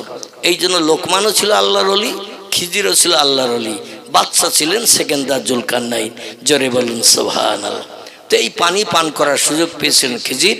আল্লাহ বলেন কিয়ামত পর্যন্ত যখন হায়াত পেয়ে গেছো, আমার পৃথিবীর একটি সৃষ্টির পরিচালনার দায়িত্ব তোমারে দিলাম, সেটা হলো পানিতে যত সৃষ্টিজীব বাস করে সব পরিচালনা করবে তুমি।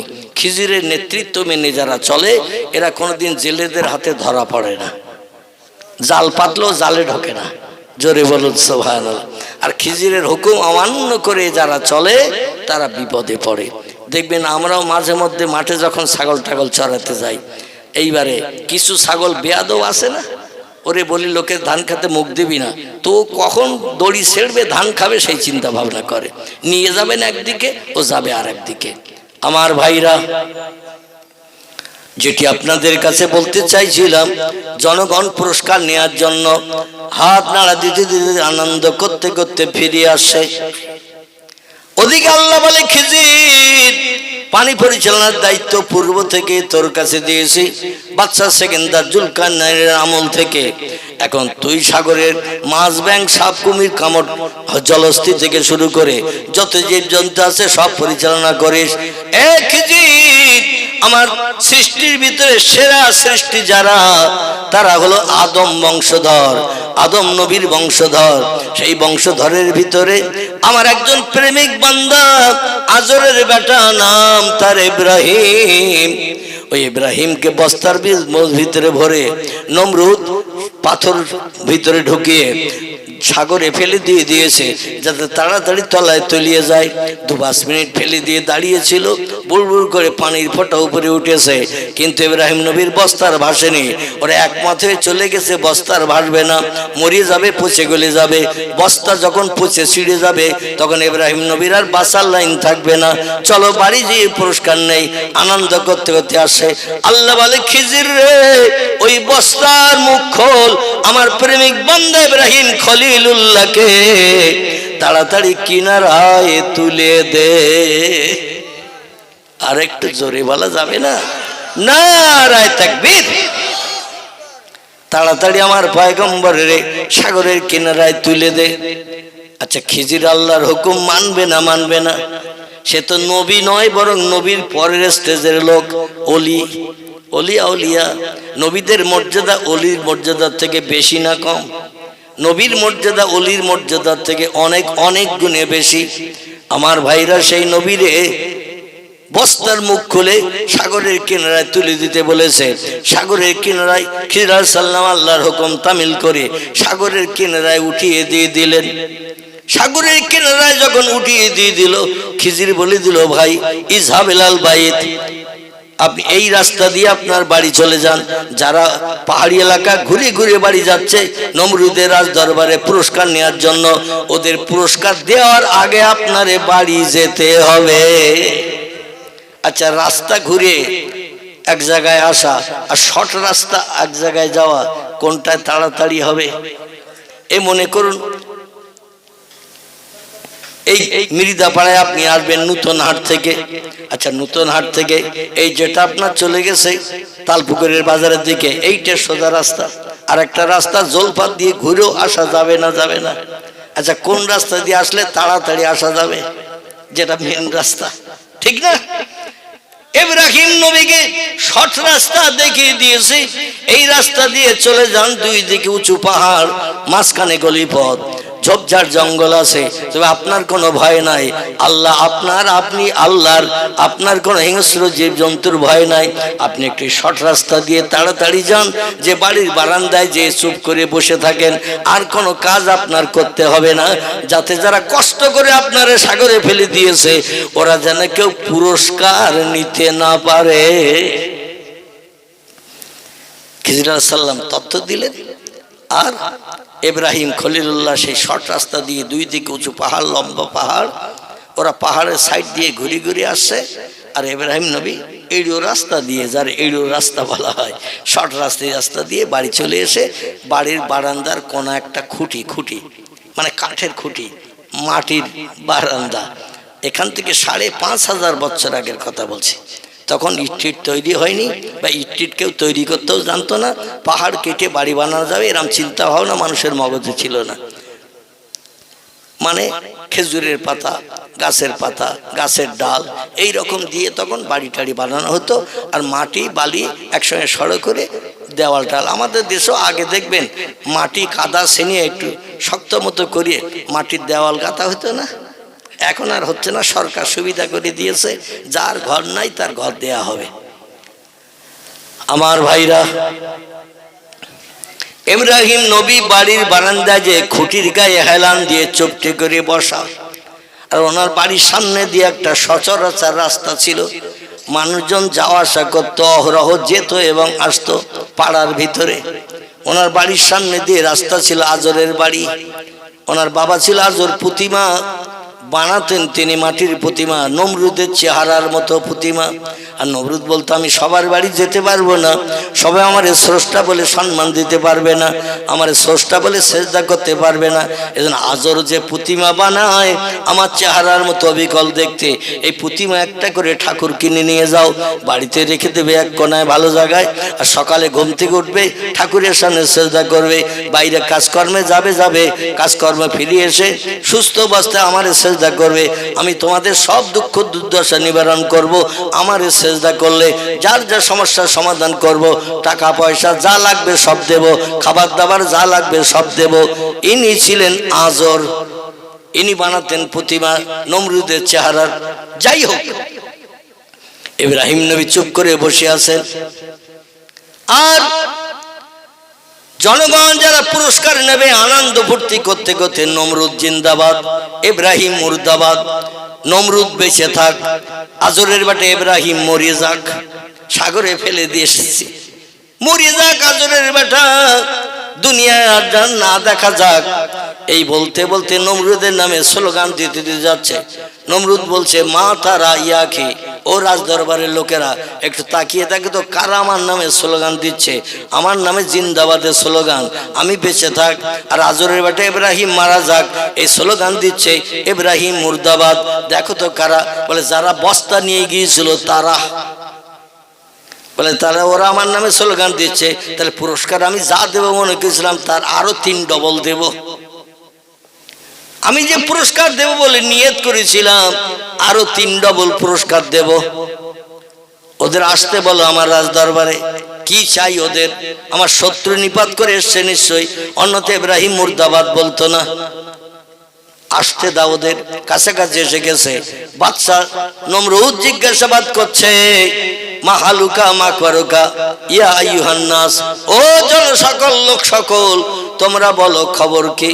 বলে, দুনিয়ার খোদা আমরার শত্রুকে চিরতরে নিপাত করে সাগরে দিয়ে এসেছি।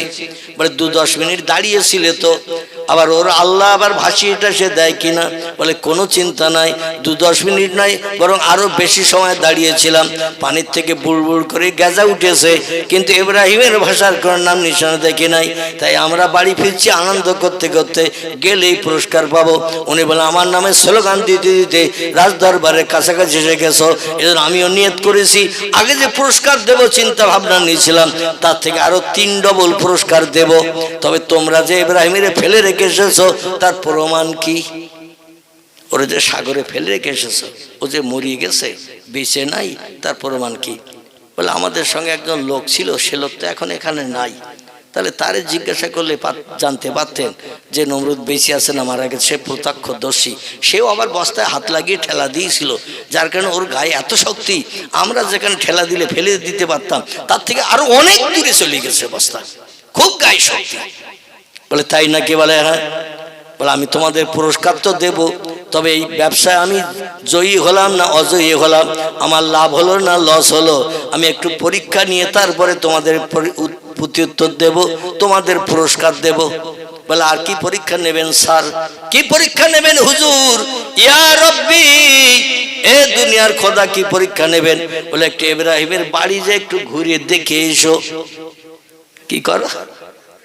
ইব্রাহিমের বাড়ি যে একটু ঘুরে দেখে এসো, ইব্রাহিম বাড়ি আছে কিনা। বলে আমরা তো রাস্তা দিয়ে আসলাম, আমাদের টপকিয়ে আসেনি।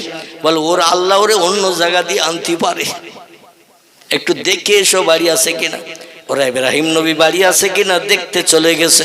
যে দেখে ইব্রাহিম নবী বারান্দার কাঠের খুঁটির গায়ে হেলান দিয়ে চুপ করে বসে রয়েছে, একটু মুখ কালো করিয়ে।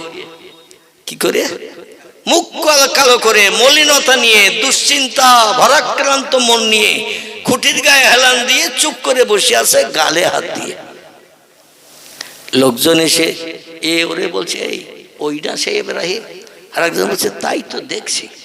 বলে ওরে তো ফেলে আসলাম সাগরে, আর আমরা আসার আগে বাড়ি আসলো কি করে? ওদের ভিতরে আলোচনা চলছে, আমরা বাড়ি আসার আগে ও আসলো কি করে? ওরা এসে বলছে মাহালুকা মাখবরুকা ইয়া ইব্রাহিম, ও ইব্রাহিম তোমার খবর কি? খবর বলো। ইব্রাহিম বলছে খায়ের খায়ের, আল্লাহ চায় তো খবর আমার ভালো, তবে একটুখানি চিন্তাযুক্ত আছি, আমি একটুখানি চিন্তাযুক্ত আছি। বলে খবর ভালো বললে আবার চিন্তাযুক্ত কি? বলে আমি মনে মনে ধারণা করছিলাম আমি যখন সাগরের ভিতরে গেলাম, তোমরা যে উপকার করেছো তোমাদের কথা জীবনে ভুলতে পারবো না। বলে তোমার প্রাণ নাশের জন্য বস্তায় ভরে ফেলে দিলাম সাগরে, আমরা উপকার করেছি না তোমার ক্ষতি করেছি? বলে না ভাই, তোমাদের মগজে চিন্তা ভাবনা, তোমরা আমার উপকার করেছো না ক্ষতি করেছো সেটা তত্ত্ব শুনলেই বুঝতে পারবে। জোরে বলুন একটু সুবহানাল্লাহ। তোমরা মনে করছো আমার ক্ষতি করেছো, কিন্তু আসলে তোমরা আমার উপকার করেছো। বলে কিরাম উপকার করলাম? বলে ওই বস্তার ভিতরে শুধু যদি ফেলে দিতে, তলায় যেতে আমার অনেক লেট হয়ে যেত। শুধু বস্তায় ভরে যদি ফেলে দিতি, সাগরের তলা অনেক গভীর, অনেক গভীর, হাজার হাজার ফুট গভীরতা। আটলান্টিক মহাসাগরের পানির গভীরতা হলো 14,500 ফুট। কত? এই পুকুরের গভীরতা কত? 10 ফুট, 9 ফুট, 11 ফুট হতে পারে নাকি? কিন্তু সাগরের পানির গভীরতা হলো 14,500 ফুট। নীলদরিয়ার পানির গভীরতা ওই রকম। বলে তোমরা যদি পাথর ভরিয়ে না দিতে, আমার তলায় যেতে অনেক লেট হয়ে যেত। এই জন্য তোমরা যে পাথর ভরি আমারে ফেলে দিয়েছ, আর ভারী পাথরের কারণে আমি দ্রুত তলায় চলে যেতে পেরেছি, মেল ট্রেনের মতো। কি ট্রেন? একটা সাধারণ ট্রেন আছে না, লোকাল ট্রেন, আর একটা আছে না মেল ট্রেন। হাওড়া স্টেশন থেকে যখন ছাড়ে 5টা 7টা 10টা স্টেশন কভার করে এক জায়গায় রাখে। ঠিক বললাম না ভুল বললাম? যারা অন্ধ্রপ্রদেশে গেছেন, বিহারে গেছেন, উড়িষ্যায় গেছেন, কর্ণাটকে গেছেন, তামিলনাড়ু গেছেন, আমার কথা একমত হতে পারবেন। আমিও গিয়েছিলাম কেরালায় ট্রিটমেন্ট হতে। কোথায় বললাম? কেরালায় ট্রিটমেন্ট হতে। আমাদের এখান থেকে ব্যাঙ্গালোর যেতে 3 ঘন্টা সময় লাগে, 3.5 ঘন্টার মতো ব্যাঙ্গালোরে যেতে। কিন্তু আমার এয়ারপোর্টে লেগেছিল 4.5 ঘন্টা। কেরালা, কোথায় বললাম? কেরালা, একেবারে ভারতের শেষ সীমানা, ওদিকে শ্রীলঙ্কা, এদিকে ভারতের শেষ, জায়গাটির নাম কেরালা। 4.5 ঘন্টা প্লেনে লেগে গেল। সৌদি আরবে যেতে 6 ঘন্টা লাগে, মানে এতটা দূর। মেল ট্রেন এ কিন্তু যেখানে সেখানে স্টপেজ দেয় না, দেয় 2-10টা স্টেশন পার হয়ে যায় এক জায়গায় স্টপেজ দেয়।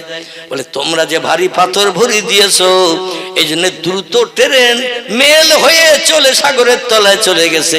আর যেই বস্তা সাগরের তলায় চলে গেছে, আমার একজন বন্ধু ছিল, তার নাম হলো খিজির, আমার বস্তার মুখ খুলে দিয়ে তার বাড়িতে নিয়ে যেয়ে আমাকে সুন্দর করে খাবার পরিবেশন করেছে। যেমন আল্লামা রুহুল আমিন রাহমাতুল্লাহ আলাইহি একজন হিন্দু ছেলে ছিল, তার নাম ছিল তপন। তপন তপন এরে ইসামতি নদীতে লাফ দিতে বলেছিল বাড়ি ভাঙা বন্ধ হওয়ার জন্য।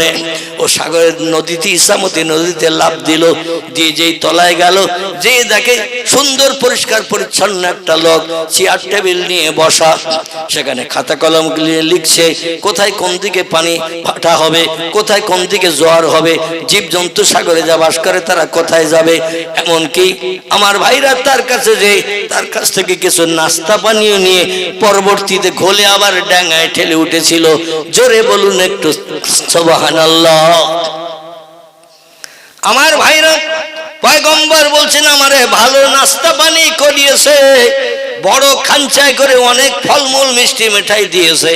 তবে এই ফলমূল মিষ্টি মিঠাই যা দিয়েছিল দুনিয়ার কোনো ফল খাবার নয়, সব আল্লাহর জান্নাতের খাবার। একটা ফলে যতবার কামড় দিচ্ছিলাম ততবার নতুন নতুন ফলের টেস্ট আর স্বাদ পাচ্ছিলাম। ফল একেবারে পূর্ণ না খাওয়া পর্যন্ত ছাড়তে পারছিলাম না। আমরা কোনো ফল তিতো টক এমন করে কোষো লাগলে এক কামড় দেওয়ার পরে খাই না, কিন্তু আল্লাহর জান্নাতি ফলের এমন কোয়ালিটি, একটা ফলে যদি 100 বার কামড় দেন 100 রকম ফলের আস্বাদ পাবেন। বলে এইরকম করে এক একটা ফল খেতে খেতে সময় লেগেছে। খাঞ্চায় দিয়েছিল বহু ফল, কিন্তু হঠাৎ করে বন্ধু বলল আপনাকে এখনই বাড়ি যেতে হবে, আল্লাহর হুকুম হয়েছে। নামি দামি ফলগুলো সব খাঞ্চায় রেখে বাড়ি ফিরে এসেছি। মনটা বড় ব্যথা, মনটায় বড় দুঃখ। আবার কবে কোন দিন ফেলে দিয়ে যাবে একটু বলে যাও ভাই। বাকি ফল যেগুলো রেখে এসেছি খাঞ্চায়, আর একটা বার যদি বস্তায় ভরে আমাদের নীল দরিয়ায় ফেলে দাও, তাহলে আমি বাকি ফলগুলো আবার খাওয়ার সুযোগ পাবো। কবে কোন দিন ফেলবে বলো? ওরা বলে লাভ হবে তোমার আর লস হবে আমাদের। তুমি বাড়ি ফিরে এসেছো, সরকার নমরুদ আমাদের পুরস্কারটার কিচ্ছু দেবে না, খাটাখাটনি বেকার হয়ে গেছে, আর তোমার আবার বস্তায় বেরিয়ে সাগরে ফেলে দিয়ে তুমি আবার বাকি ফলগুলো খাবে। সেই খোদার কসম, নমরুদের কসম, মরিয়ে যাবো তো আর তোরে বস্তায় ভরবো না। জোরে বলুন একটু সুবহানাল্লাহ। অসুবিধা হচ্ছে না তো? হ্যাঁ, সময় তো বোধহয় শেষ হয়ে গেছে নাকি? হ্যাঁ, সময় শেষ হয়ে গেছে। একটু দরুদ শরীফ বলো বলো। বলে কি মেশিন নাকি যে অটোমেটিক সুইচ টিপেছেন আর কাজ চলতেছে? সুইচ টিপলে তো কাজ চলবে না। পরের বক্তা অপেক্ষায় বসে আছে। একটু দরুদ শরীফ। আল্লাহুম্মা সাল্লি আলা সাইয়্যিদিনা মাওলানা মুহাম্মদ ওয়া আলা আলি সাইয়্যিদিনা মাওলানা। তাহলে এখনো বলতে হবে। আচ্ছা, আপনাদের দাবি আমি কবুল করব। অসুস্থ হলো আমার একটা দাবি আছে, আপনারা কবুল করবেন তো নাকি? কি আর জমান খুঁজতেছে না কেন? আপনাদের দাবি আমি কবুল করব বললাম, আর কিছুটা বলবো, কিন্তু আমার একটা দাবি আছে, কবুল করবেন তো? দাবিটা হলো এই, যত মানুষ বসে আছেন 100 করে টাকা আমি মাজুর অসুস্থ ব্যক্তি এই নতুন মসজিদের উন্নতি কল্পে, জলসার উন্নতি কল্পে 100 করে টাকা আমার হাতে দিতে হবে। কারণ আমার আগের বক্তা কালেকশন করেছে, আমি মসজিদের ভিতরে বসে যা বুঝলাম ভালো কালেকশন হয়নি। এ ঠিক বললাম না ভুল বললাম? কালেকশন ভালো হয়নি। এই জন্য আমি আপনাদের কাছে দাবি রাখবো, যদি নগদ থাকে পকেট থেকে বার করে আনেন, তাহলে আর কিছুটা বলবো। আর যদি বলেন হুজুর আর শুনবো না, তাহলে পয়সা দিতে হবে না আমার হাতে। আল্লাহু আকবার। দেখেছেন তো, এই হলো ইমানদার মুমিনের লক্ষণ। একজন নাদান আলেম পয়সা চেয়েছে, ও ভবিষ্যতের চিন্তা, কালকের বাজারের চিন্তা দূর করে দিয়ে 100 টাকা আমার ভাই প্রথম আমার হাতে দিয়ে গেছে। আমি একটু তাকবীর ধ্বনি দিয়ে আওয়াজ দেন তো দেখি, নারায়ে তাকবীর। আওয়াজের অবস্থা ভালো না, এটা আমি বুঝতে পারছি। সবাই উঠবে না, শয়তান দূর করতে হবে রাত 12টার সময়। কি করতে হবে? শয়তান দূর করতে হবে। শয়তান দূর করার প্রধান নমুনা হলো, প্রধান নম্বরের হাতিয়ার হলো তাকবীর ধ্বনির আওয়াজ একটু জোরে দিতে হবে। তাকবীর ধ্বনির আওয়াজ যত দূর যাবে, শয়তান এর ভিতর থেকে ছুটে পালিয়ে চলে যাবে, শয়তান আর ভেতরে থাকবে না। আর শয়তান যদি না থাকে, কুমন্ত্রণা দেওয়ার আর কেউ আছে? কুমন্ত্রণা দেওয়ার আর কেউ নেই। অবশ্যই প্রত্যেকটি ইমানদার মুমিন মুসলমান কবরের চিন্তা করে, হাসরের চিন্তা করে, জাহান্নামের চিন্তা করে পকেটে অবশ্যই হাত দেবে। আর যদি কাছে না থাকে, এখানে খাতায় একটু লিখে দিতে হবে। পারবেন? 100 টাকা, বেশি না, 100 টাকা। এখন তো বাজারে গেলেই মাল কেনার আগে টাকা ফুরিয়ে যাচ্ছে, ঠিক কি না? এই দেখেন সব এসে দাঁড়িয়ে গেছে। আল্লাহু আকবার। আমার ভাই প্রথম 100 টাকা দিয়েছেন, এই জন্য আমি তার নামে একটু তাকবীর ধ্বনি দেব। জোরে আওয়াজ দেন, নারায়ে তাকবীর, নারায়ে তাকবীর। 100 টাকা বলুন মারহাবা, 100 টাকা বলুন মারহাবা। আল্লাহ দান কবুল করুন, সকলে বলুন আমিন। দাও বাবা। আর আমার একজন মহব্বতের ছেলে সমতুল্য হয়, শহর ভাইয়ের ছেলে না? আলহামদুলিল্লাহ। যদি এ পাড়ায় খুব একটা বেশি ঢুকিনি, তবু আমি নজরে দেখে চিনতে পেরেছি। আমার চোখের পাওয়ার অনেক কম হয়ে গেছে, রাতের বেলা তো হাঁটতে পারি না, কোথায় পা ফেলছে ঠিক বুঝতে পারি না। তারপর আমি চশমা আজকে সকালবেলা আমাদের এই এমএলএ সাহেব বসিরহাটের, মানে সপ্তর্ষি ব্যানার্জি, ওর কাছে গিয়েছিলাম যে আমার সে চশমা নিয়ে নিয়েছে, কাজ পাল্টে দেবে। তো আমার স্ত্রীর চশমা ছিল, তাই বুকেই নেবে দিয়েছি, মানে চোখেও দেয়নি। মানে এতে পাওয়ার কম, এতে দেখলে সেই চশমা দেওয়া যা না দেওয়া তাই, মানে এতে কিছু দেখা যাবে না, পড়া যাবে না, তাই শুধু বুকে বাঁধিয়ে রেখে দিছি। মানে সে চশমা এখন দিয়ে এসেছি, দেবে শনিবারের দিন। কিন্তু শনিবার আমি বাড়ি থাকতে পারবো না, আমার প্রোগ্রাম আছে মুর্শিদাবাদ।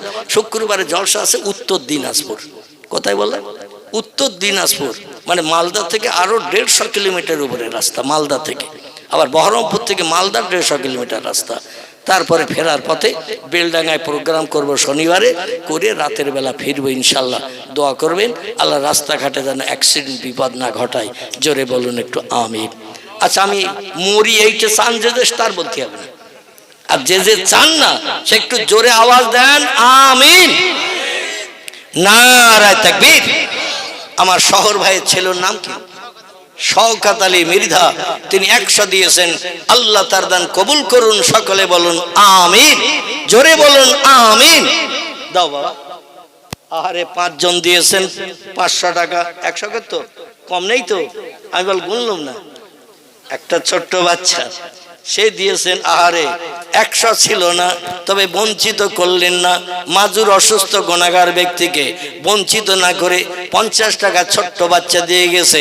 কে দিল জানি না, আল্লাহ যিনি দিয়েছেন তার দান কবুল করুন, মনোবাঞ্ছা পূর্ণ করুন, উদ্দেশ্য সফল করুন, এহকাল পরকালে ভালো দান করুন, দুনিয়ার সংসার জীবনকে সুখময় করুন, আয় রোজগারে, কারবারে, ব্যবসায়, চাষে, হাড়িতে দানায় দানায় বরকত দিয়ে সংসারকে সুখী সমৃদ্ধিশালী করে দিন। সকলে বলুন আমিন। নারায়ে তাকবীর। আরে আমার মহব্বতের ভাই, এমন করে তিনি দিয়েছেন 100 টাকা। আর কারো কাছে নেই? আমি জান বুঝদিস কারো কাছে নেই। আচ্ছা, আমি একটু পকেট চেক করব, এই জাহিদকে তুলে দিয়ে পকেট চেক করব।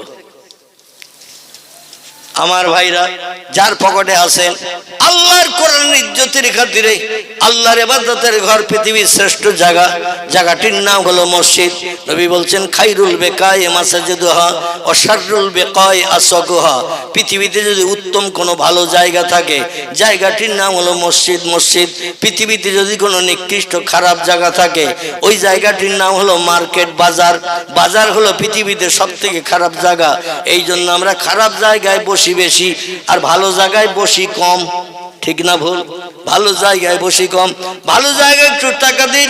আল্লাহ পাক তিরমিজি শরীফের হাদিসে নবী জানিয়েছেন এই মসজিদের জবান খুলে যাবে হাসরের মাঠে। আল্লাহ পাক মিজানের দাড়ি পাল্লায় নেকি ওজন করবেন। পাপের পাল্লা যার ভারী হয়ে গেছে, লোহার শিকলের দড়ি গলায় পরিয়ে দিয়ে হড় হড় করে ফেরেশতারা জাহান্নামে টেনে নিয়ে যাবে। জাহান্নামের দরজা পর্যন্ত যখন ফেরেশতারা নিয়ে যাবে, হঠাৎ দেখবে জাহান্নামের দরজা অ্যাটাক করে দাঁড়িয়ে আছে একজন, সে হলো আল্লাহর পাক কালাম কোরআন। অন্য একটি হাদিসে এসেছে ওখানে দাঁড়িয়ে আছে এই দুনিয়ার মসজিদ। জোরে বলুন একটু সুবহানাল্লাহ। কোরআনেরও যেমন দাম, মসজিদেরও তেমন দাম। মসজিদ বলবে আইনা তাযহাবি আইয়ুহাল মালায়েকা, ও আল্লাহর ফেরেশতা এই লোকটারে কোথায় নিয়ে যাচ্ছ? ও তো যেতে চাচ্ছে না, জোর করে গরু ছাগলের মতো টেনে টেনে নিয়ে যাচ্ছ কোথায়? বল এলান্নার, এলার জাহান্নাম, আমরা একে জাহান্নামে নিক্ষিপ্ত করতে নিয়ে যাচ্ছি। কারণ পাপে পুণ্য, পাপে ভরা, সব নাই, সৎ কাজ নাই, ভালো কাজ নাই, জান্নাতে যাওয়ার সুযোগ হয় নাই, এই জন্য জাহান্নামে নিক্ষিপ্ত করতে যাচ্ছি। আল্লাহর হুকুম তামিল করে ওয়াইয়াফআলুনা মা ইউমারুন, আল্লাহ যেটা বলে আমরা সেটা করি, আল্লাহর হুকুমের খেলাফ কোনোদিন করি না। মসজিদ সেদিন জবান খুলে বলবে, ও আল্লাহর ফেরেশতাগণ, এই লোকটা আমি মসজিদ আমার ভিতরে ইবাদত বন্দেগী করতো না, কিন্তু আমাকে সুন্দর সৌন্দর্য মণ্ডিত করার জন্য, আমাকে দর্শনীয় জায়গা বানানোর জন্য রক্ত ঘামানো, ঘাম ঝরানো পয়সা আমি মসজিদ আমার জন্য দান করে দিয়েছিল। পৃথিবীতে আমার মহব্বতের মানুষ জাহান্নামে পুড়বে আর আমি মসজিদ জান্নাতে যেয়ে থাকবো, ওটা আমি পছন্দ করি না। আমাকে ওই লোকটির সঙ্গে জাহান্নামে নিক্ষেপ করে দাও। আল্লাহ ডেকে বলবেন ফেরেশতারা, আমার ইবাদতের ঘর মসজিদ কি বলছে? সেদিন ফেরেশতারা বলে, আল্লাহ ইবাদতের ঘর মসজিদ বলছে। অর্থ দিয়ে, পয়সা দিয়ে, শ্রম দিয়ে সাহায্য করেছিল, মসজিদের দর্শনীয় করেছিল, সেই মসজিদ এখন জবান খুলে কথা বলছে। ওর মহব্বতের বন্ধু যদি জাহান্নামে যায়, তাহলে একও জাহান্নাম